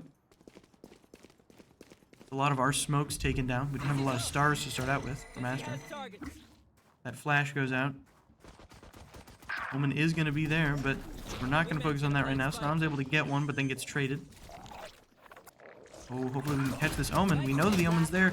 We get a nice amount of damage on that Omen, but can't quite kill him. We get the ping on the Fade. Can't finish the Fade. Unfortunate pistol round, but I think that Sunset's kind of our map. And I think that it's not impossible that we make it through this. I sure hope that we maybe are able to save and get up enough money to buy rifles round 3, because there's sometimes that you can't do that if you don't get a whole lot of picks. But I also hope that maybe we can turn this around. Maybe second round, a couple nice classics, classic right clicks. That'd be very nice. Not quite sure how the utility game will look, with how much we'll be looking to save in that regard, things like that. But either way, hopefully this round isn't too much of a romp, and we can get some picks off of it. They are gonna throw that concuss, but we're gonna flash the Raze. It doesn't quite matter. Whisper still falls to that Raze. We are watching their Fade. It's throwing me off a little bit. You're all right. Raze is going to take out Pierogi, but Twice Stand is able to take out the Raze. 3 to 4. Not the best situation, especially whenever Snom falls right there to the Fade. Twice Stand incredibly hurt.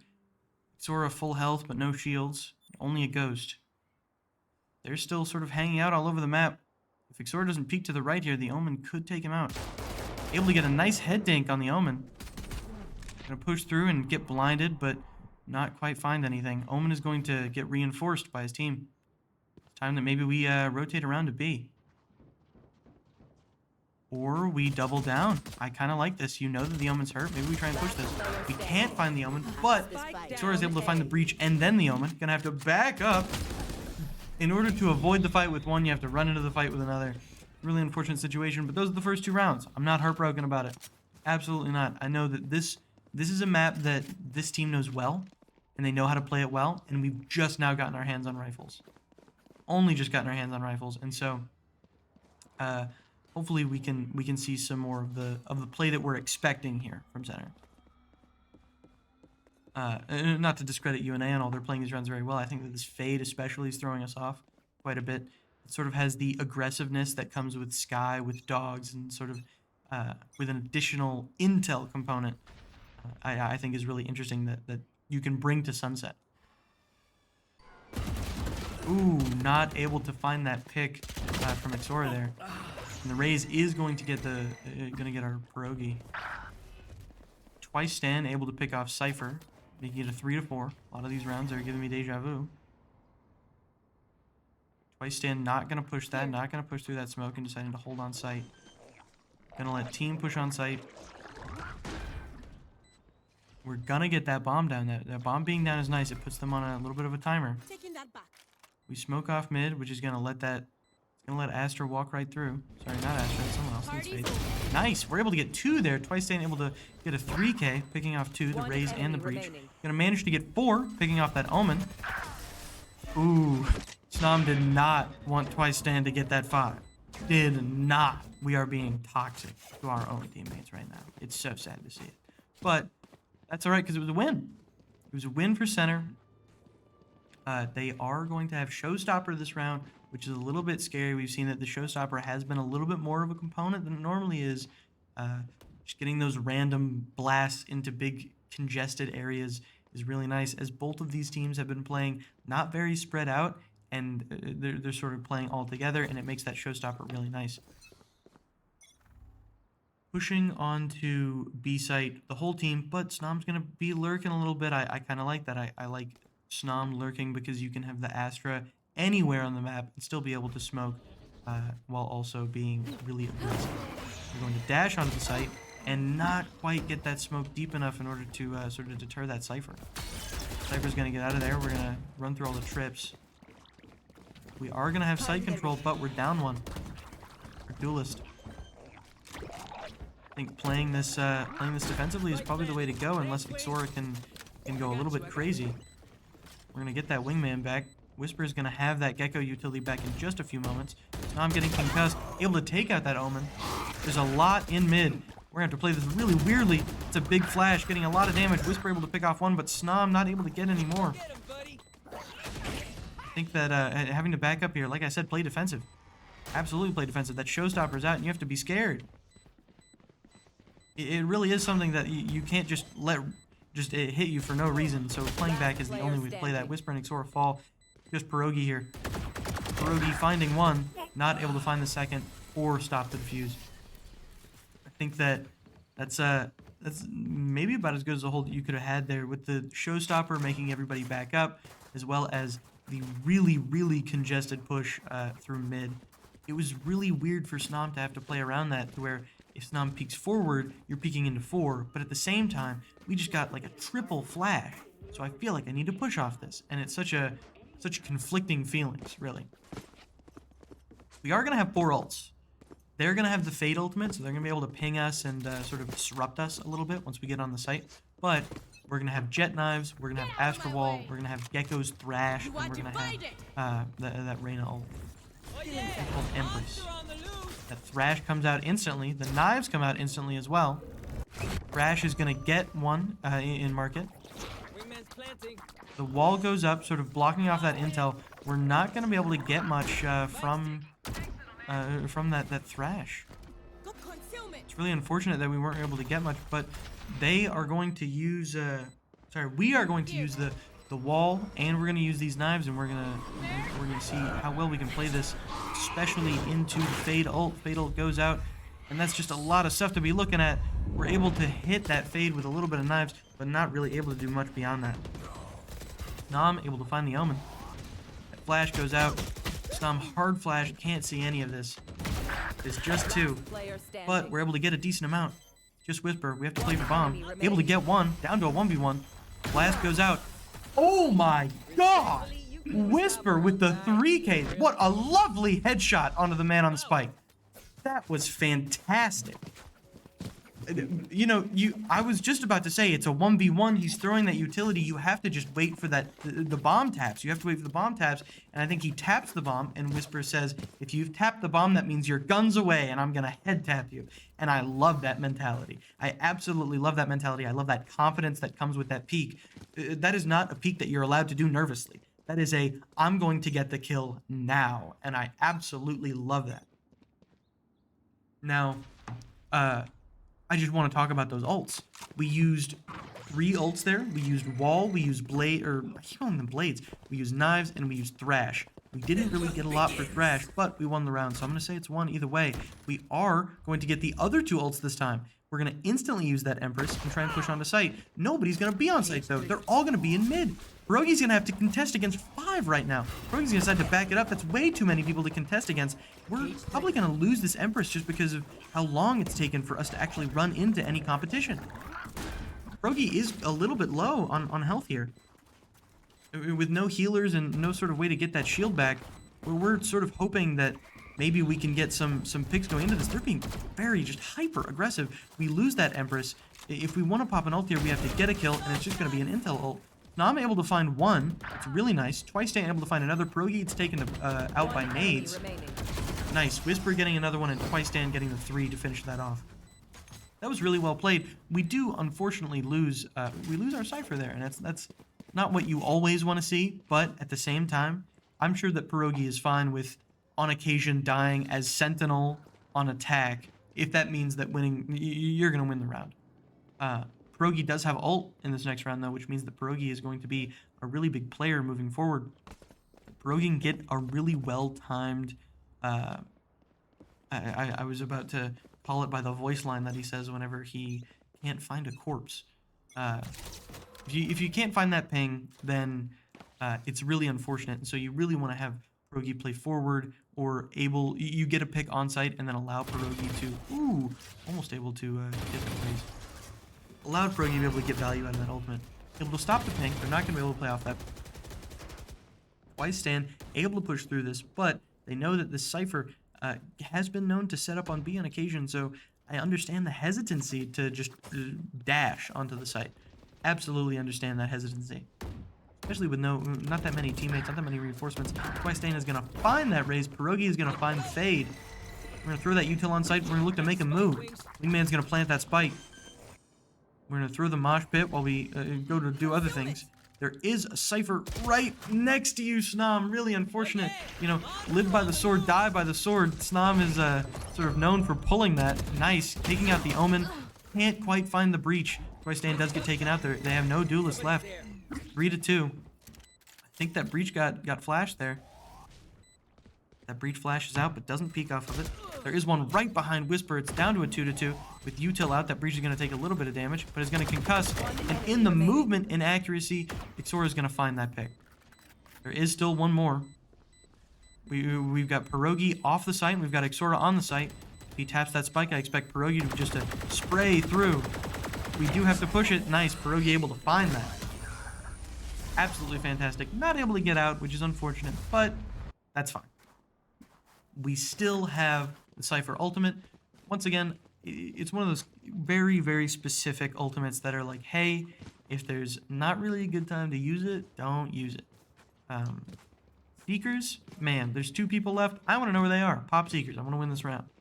Hey, if you got Showstopper, turn this corner with Showstopper. I want you to take him out. You have Cypher ultimate? I think I know enough. I'm intelligent enough at the moment. I don't need more intel. I think that we might hold off on that. So I understand not using it so early. Nice, peeking that fade. Ooh, trying to dash back, throwing the smokes. Hopefully Twice can get out of here. Whisper really just backing up Twice here. Whisper pushing forward in order to get a pick, in order to trade. And then Twice ends up not even falling. Snom able to get a third. There's just 2, and they're both behind the smoke. Snom's going to peek out to the left, get the Cypher, and then get peeked by the right. Unfortunate, but still a really good play. A little bit angry, it seems, by the positioning of the Omen, but I think that the way that we are right now, I don't think that we lose anyone else, and we don't. I do think that running forward and grabbing your... This was said to me by a friend once, that he said, you know, if it was just utility. If it was just utility that I was grabbing, then I wouldn't really care as much, but it's because I'm throwing my little friends. There's something on the line. I have to win this fight. Wingman needs me. And it just drives you a little bit more. I really like that mentality. They are going to pop a real quick timeout. They won 3 rounds. We have won 5. Center has a 2-round lead. I like the position that we're in right now. Hopefully this timeout doesn't throw them off too hard. We still have knives, and we have that Astra Wall. The Astra Wall, of course, known to be absolutely massive, especially on Sunset where everything's so compact and you can almost just draw a chalk line through every single hallway in this game, or in this map rather. It's really big that we have that. At the same time, UNA is going to have Cypher Ultimate for if they were to get a pick on us, they'll be able to know where we are. That mystery will be gone. And they have the Breach Ultimate where they're going to get the retake of sight. And also, I don't know if you guys can tell right now, but they do have the best ultimate in the game in the form of whatever the hell it's called. Walk from the shadows or something like that. Something edgy like that. So, you know, you have to look out for that. But Whisper is definitely looking for that Thrash pretty soon. Doesn't have it, but I'm saying looking to get it pretty soon. Twice Stand able to take out the Raze, and that's a really nice pick. That's a really nice pick because that Raze has been an absolute nuisance this whole game. Whole series even.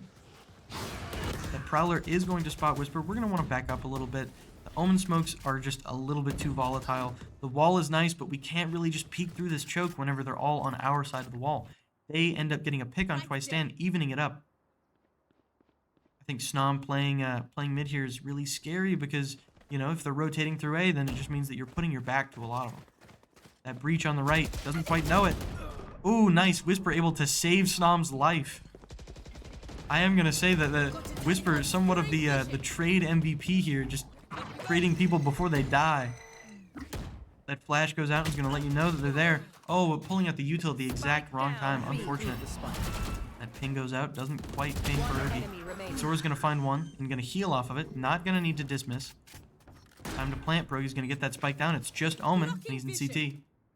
Snom's behind. Snom's been playing this lurk all game, and, you know, it's just like a slow cooker. Just you gotta wait and wait and wait, but whenever you wait long enough, it is sweet. And I messed it up. That's Caster's Curse right there. It's sweet. There we go. It's sweet. Also, nothing you cook in a slow cooker is sweet. I have no clue what I'm talking about. Like, I'm sure you could cook things that are sweet, but, you know. Anyway. You know, disregard that last comment. I tried to start cooking. I was not cooking. I was slow cooking. But we still have knives. Knives is really nice to have. Not necessarily a round winner. Knives is one of those, like, you can go crazy with knives, and that's awesome. But nothing really guaranteeing that you'll get any sort of utility out of it. They've got 4. They've got 4 ultimates up. They should be looking to use these really quickly here. I expect to lose some rounds in the next few upcoming rounds. Maybe not this one. They are force buying this one. This is stingers and handguns that we've got right now. Sorry, not us, but that UNA has.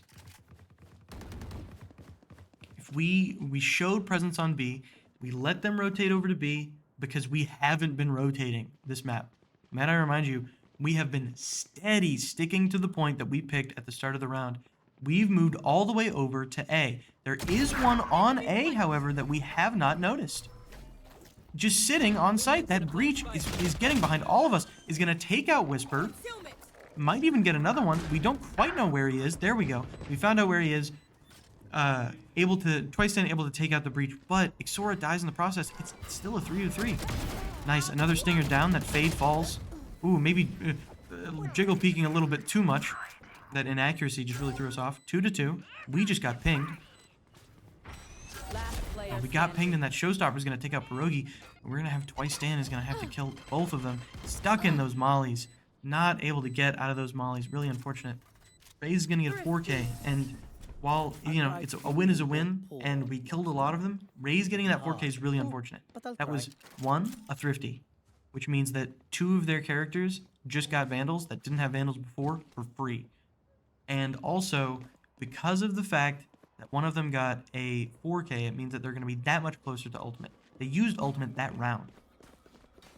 Now, that also means that they're going to be up on money. If anybody on their team is good with an op, that can be scary because now they're going to be a lot closer to that op threshold. Even if it's not Raze, Raze is going to be able to buy that op for other people. Round 11, we are nearing the end of this half. In order for UNA to make it even, it's impossible for them to get the lead. In order to make it even, they're going to have to win both of these rounds. I'm gonna have to sneeze. My apologies. We are pushing onto the site. We have site control. There is people in CT and in market. Snom able to find two. That's a wonderful two-piece from Snom. That Boombot is going to take out Whisper, which is unfortunate, but we're going to push through. Take out that Cypher. That means that Util blocking their flanks is no longer there. It's just Raze. A little bit of a ring around the rosy, wasting time and getting that kill. Snom getting the three-piece to end that round, making it to where it is impossible for UNA to split this half even. Now, the only thing that UNA can do is win one more to make it 7-5, or if they lose, it's going to make it 8-4.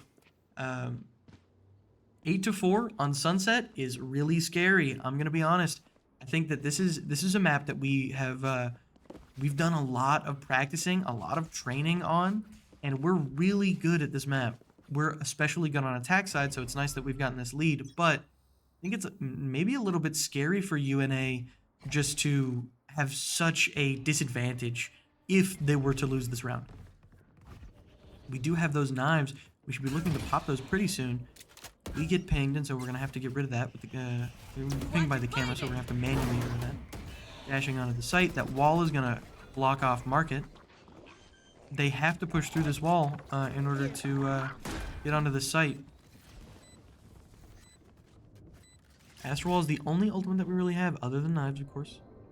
But it looks like Twice Stand is opting for more of the close-range Vandal play. Knives are not something that really need to be pulled out. The wall is down, so they're going to be looking to push on now. They push on really fast. There is one in our flank. Twice Stand gets the Omen. Twice Stand does get picked, but it's still a 1-1. Nice. Pierogi turning around and getting that fade before Xora can die. Now Xora has an opportunity to heal from somebody that falls. Can't quite find it. Pierogi finds one, but then falls herself. Unfortunate that we couldn't quite get that massive lead that comes from 8-4, but at the same time, still a lead nonetheless. 7-5 going into halftime is really nice for Center College. Now, we are going to be swapping. We are now the blue team. We are going to be defending, and we're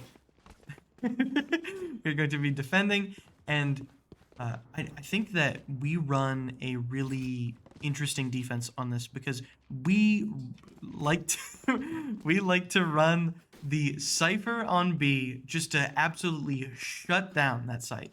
And I really enjoy that because there's not a lot of maps that you can just, hey, you, Sentinel, go there, figure it out. And this is one of those maps where you can do that. So I really like that we're able to pull that off. It does look like we're going maybe mid-heavy. I'm not quite sure what the plan is here. I believe Snom may just be ready for the rotate. They are going to be full stacking A. They're going to be concussing and going really fast. Xora's going to try and stall, but that's just way too much util. Going to play for these smokes. Going to play behind these smokes. You know, Twice Stand maybe looking for the flank, but that trip hopefully doesn't get him. Doesn't look like they're going for the rotate, so Twice Stand's going to need to lurk a little bit faster. Alright, the smoke's going down. The site is about to be exposed to all of Center's team. Push forward, not able to find that Cypher. Ooh, Snom able to get out of the way of that blast. Knows that there's the Cypher behind that smoke and knows that there's a lot on site. There's Breach on the left side of site, but Omen is on the right side as well. Having to cover Whisper's back, Pierogi is going to fall. Xora finds one. Xora cannot find another. That Cypher is going to get a 4K on the start of the half. Really bad. Really bad because Cypher ultimate is not the most expensive ultimate, and so he's going to be able to pull that out probably around round 3, as long as he keeps this up. If they prioritize sort of things like plants or things like ult orbs, I'm not certain of the ult orb location on this map. I think there's one in the little theater, but once again, I have not played in a minute. But 6-7, still have a lead. It's a 1-round lead. We did lose pistol round, so there's a decent chance that this gets evened up. There's also a decent chance that a classic right-click gods have mercy on us, on our souls. So they're going to be pushing full stacking on B. Gonna just gauge how much reinforcements are stopping them from entering B.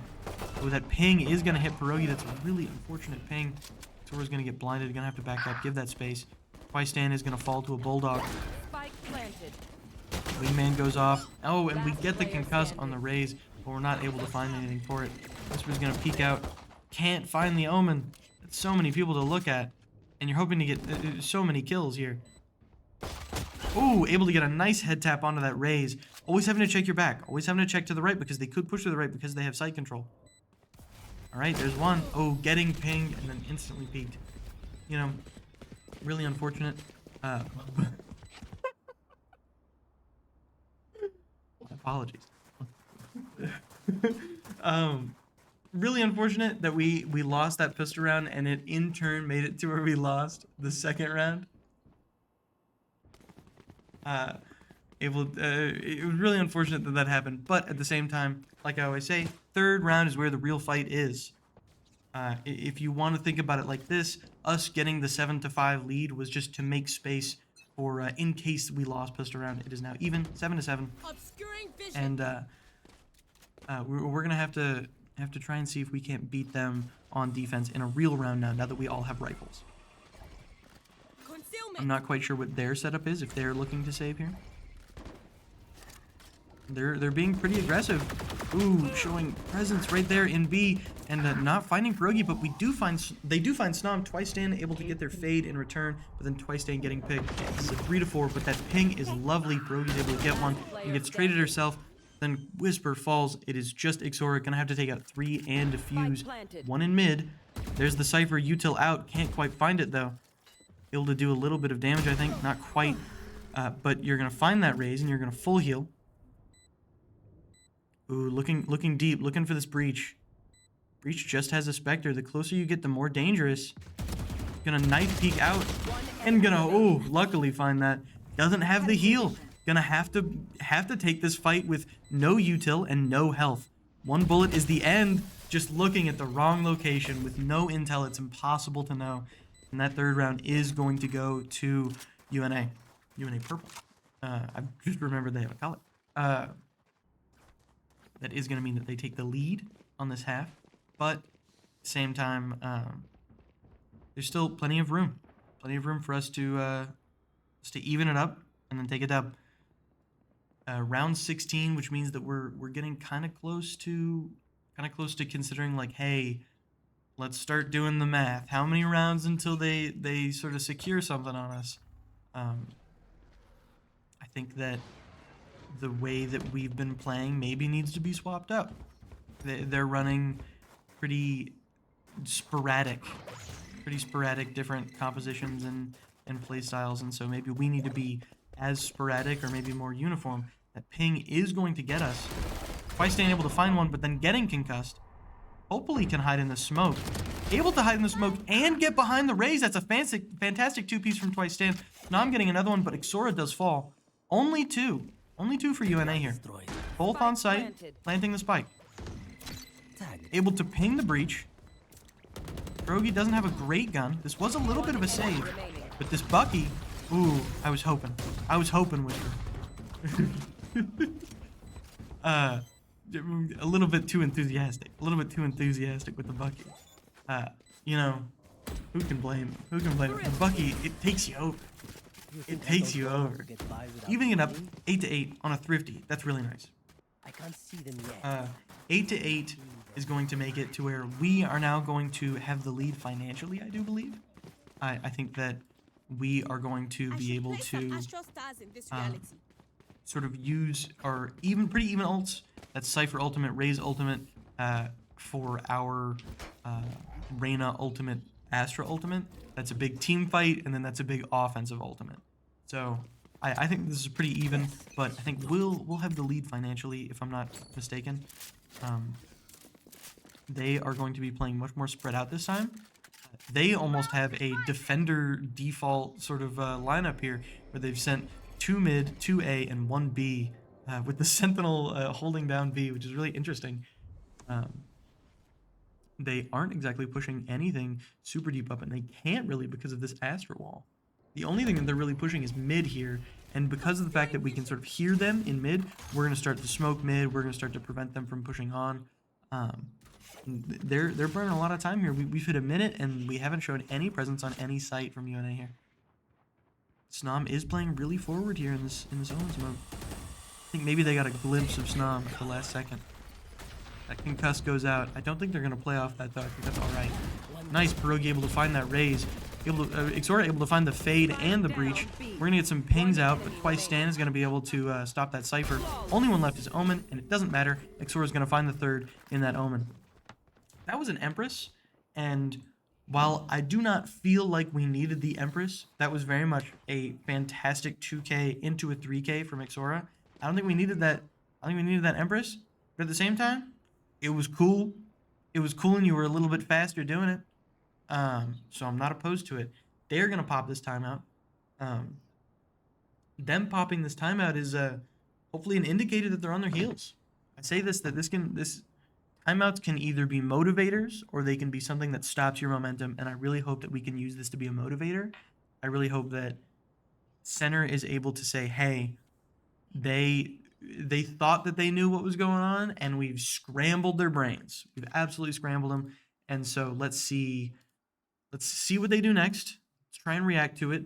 We have the lead at the moment. We have a 1-round lead.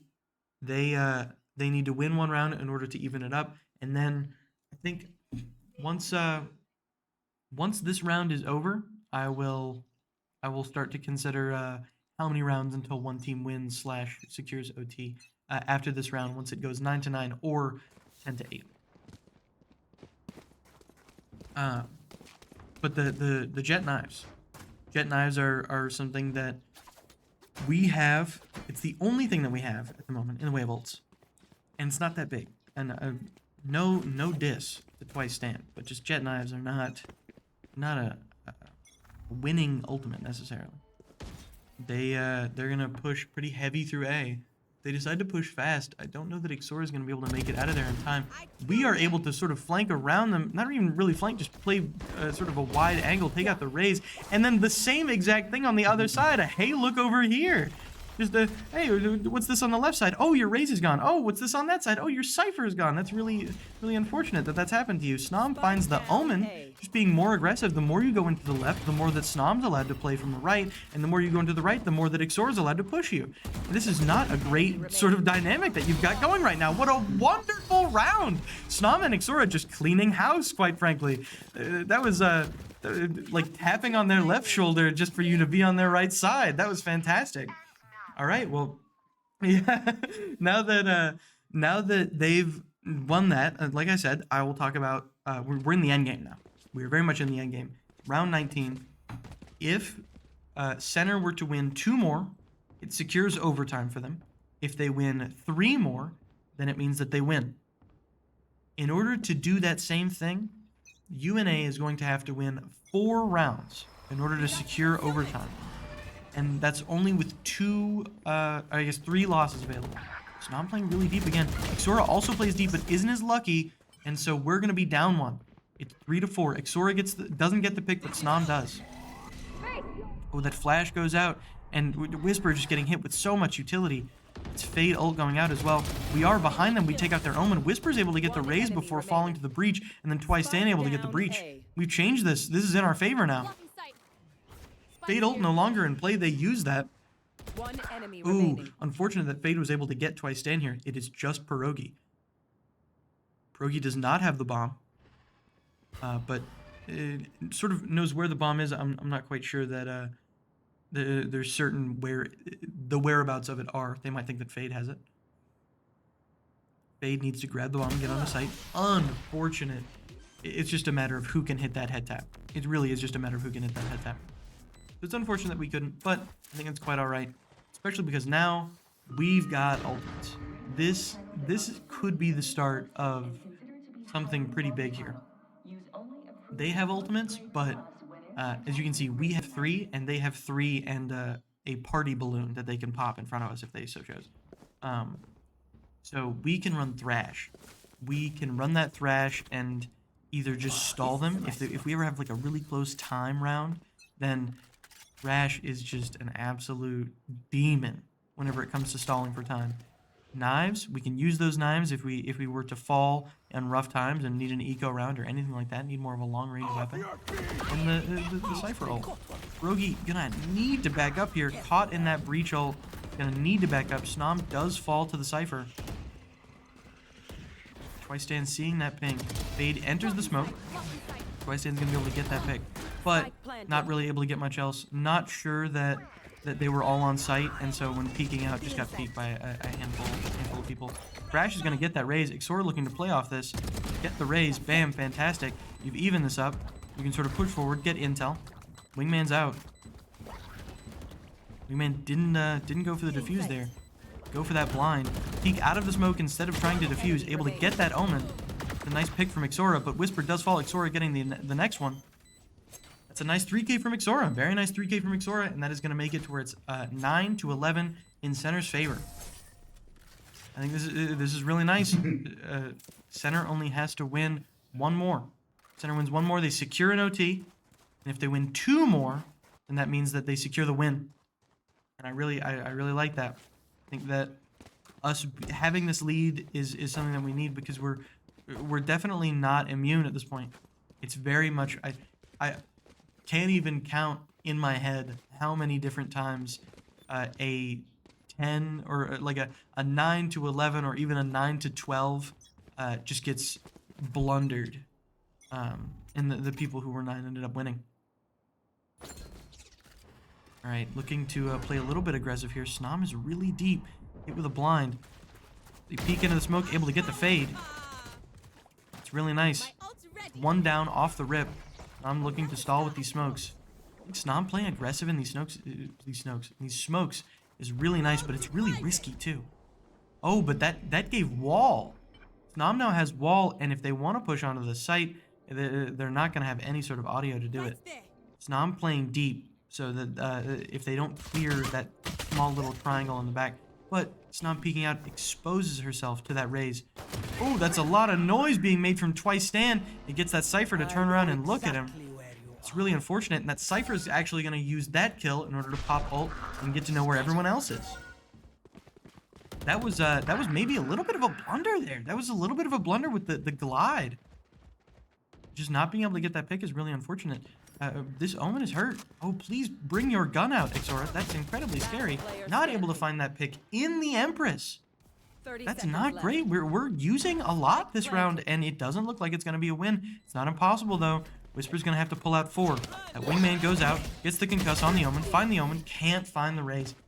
You know, that's all right. It's not the worst, but that was a thrifty. They got a lot of guns, and we used a lot of ults. A lot of ults. We're not using those knives.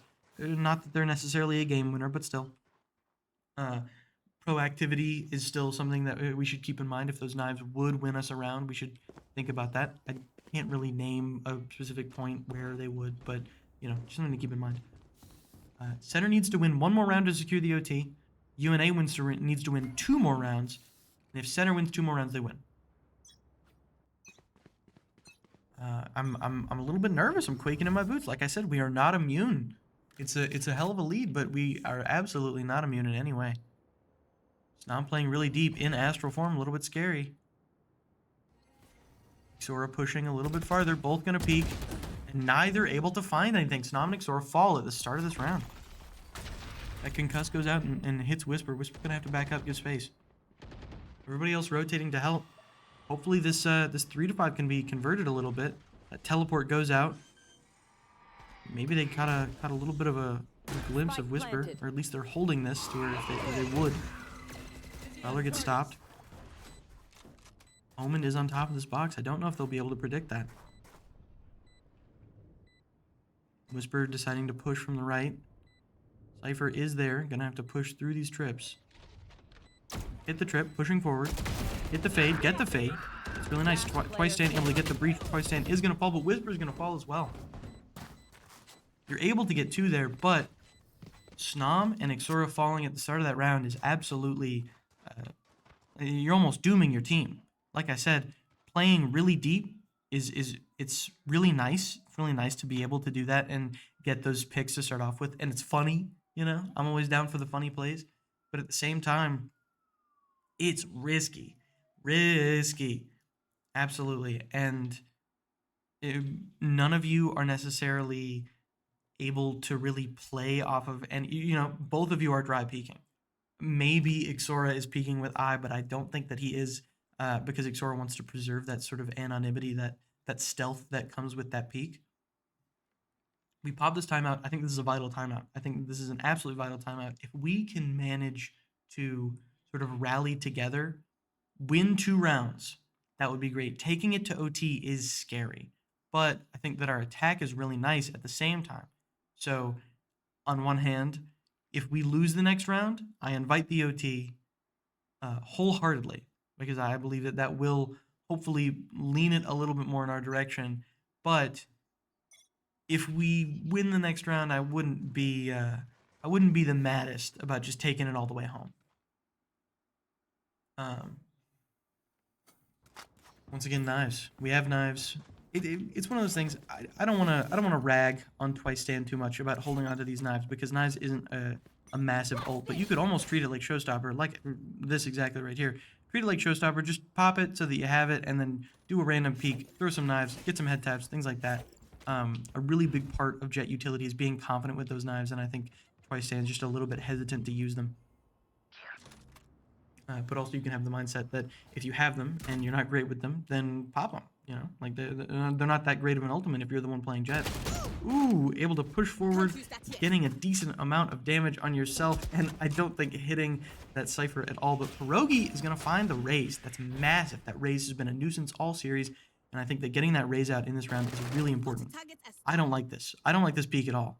I think Snom should go home. I genuinely think Snom should go back to spawn. But this is scary. Oh, the head tap. The head tap. I'm sorry. I think I may have doubted you too much. I think doubting you put that in your head in the, through the universe. So I apologize. I'm going to say that one's on me. But they are going to get site control here. We are 4-3. 4-3 is fine. Our Cypher's hurt and our Gecko's hurt, but their Cypher is one tap. You could sneeze on him and he'd fall over. So they really just have a Breach and an Omen. Able to take out the Breach. The Omen is going to get Twice Stand. The Omen is going to get Ixora too. It is just Whisper and Pierogi. This is scary. This is very scary. If we manage to get... Ooh, we get pinged. So they know where Pierogi is. Pierogi's going to have to back up. Whisper can hopefully catch this trip. They're going to get caught in the trip, so the position is revealed. Pierogi deciding to take the other approach to site. We're going to flash in order to block off that side. Take out that Cypher. Going to ult so that we can see where the Omen is, and we're going to hurt the Omen. The ping goes out. So we're going to be able to just mosh pit there. I don't think it's a great mosh pit. Not looking a lot. And we decide to stick that when we really shouldn't have. That Omen is going to get that 4K to win that round. 12-11. In order to stay in this game, we have to win this round. This is a necessary round. And it's not going to be a win. Not to say that the round won't be won, but to say that if we win this round, it's not going to lead to a win. It's just going to lead to overtime. So it's an absolutely necessary round in order to take this into overtime. I'm nervous. I think that Thrash might be the decider. Fade ult is big, but you know, if Thrash can hit 2 people and lead to an early two-person wipe, that's big. Or even a 1-person wipe. Sometimes that 1 person can be that difference. Can be that massive difference. Pierogi's gonna have this lockdown on B. And they're pretty heavy on B as well. We have that operator Twice Stand able to take one out with the trip that's in that smoke. If they push out, they're gonna have to push out into an operator. Ooh, but unfortunate that Omen is gonna get a head tap on a Twice Stand and Pierogi. In Thrash. And able to get 2, it looks like. The only person on the board at the moment is this Omen, having to play way back. They are now no longer in Thrash, and they're going to be able to play the game again. Ixora can hopefully get a dismiss out of this. Hits the Omen, freaks out a little bit. It's alright. Whisper does fall. Ixora falls as well. It is just Snom. Snom has to take out 4 here. Really unfortunate. An incredibly close game. Down to the last round. Incredibly close game. So it's sad that we weren't able to pull out that win, but nonetheless, fantastic game. Absolutely fun to watch, and I hope that it was fun to play despite it being a loss. But yeah, we have genuinely so many games this week that I couldn't possibly name any of them. 2 Rocket League matches tomorrow, Overwatch and League of Legends on Wednesday, 3 more Overwatch matches on Thursday, and then on Friday, 1 more Overwatch match. You know, just finishing off strong. I'll be there. Don't worry. But yeah, I hope that everyone had a wonderful time watching the stream, and take care.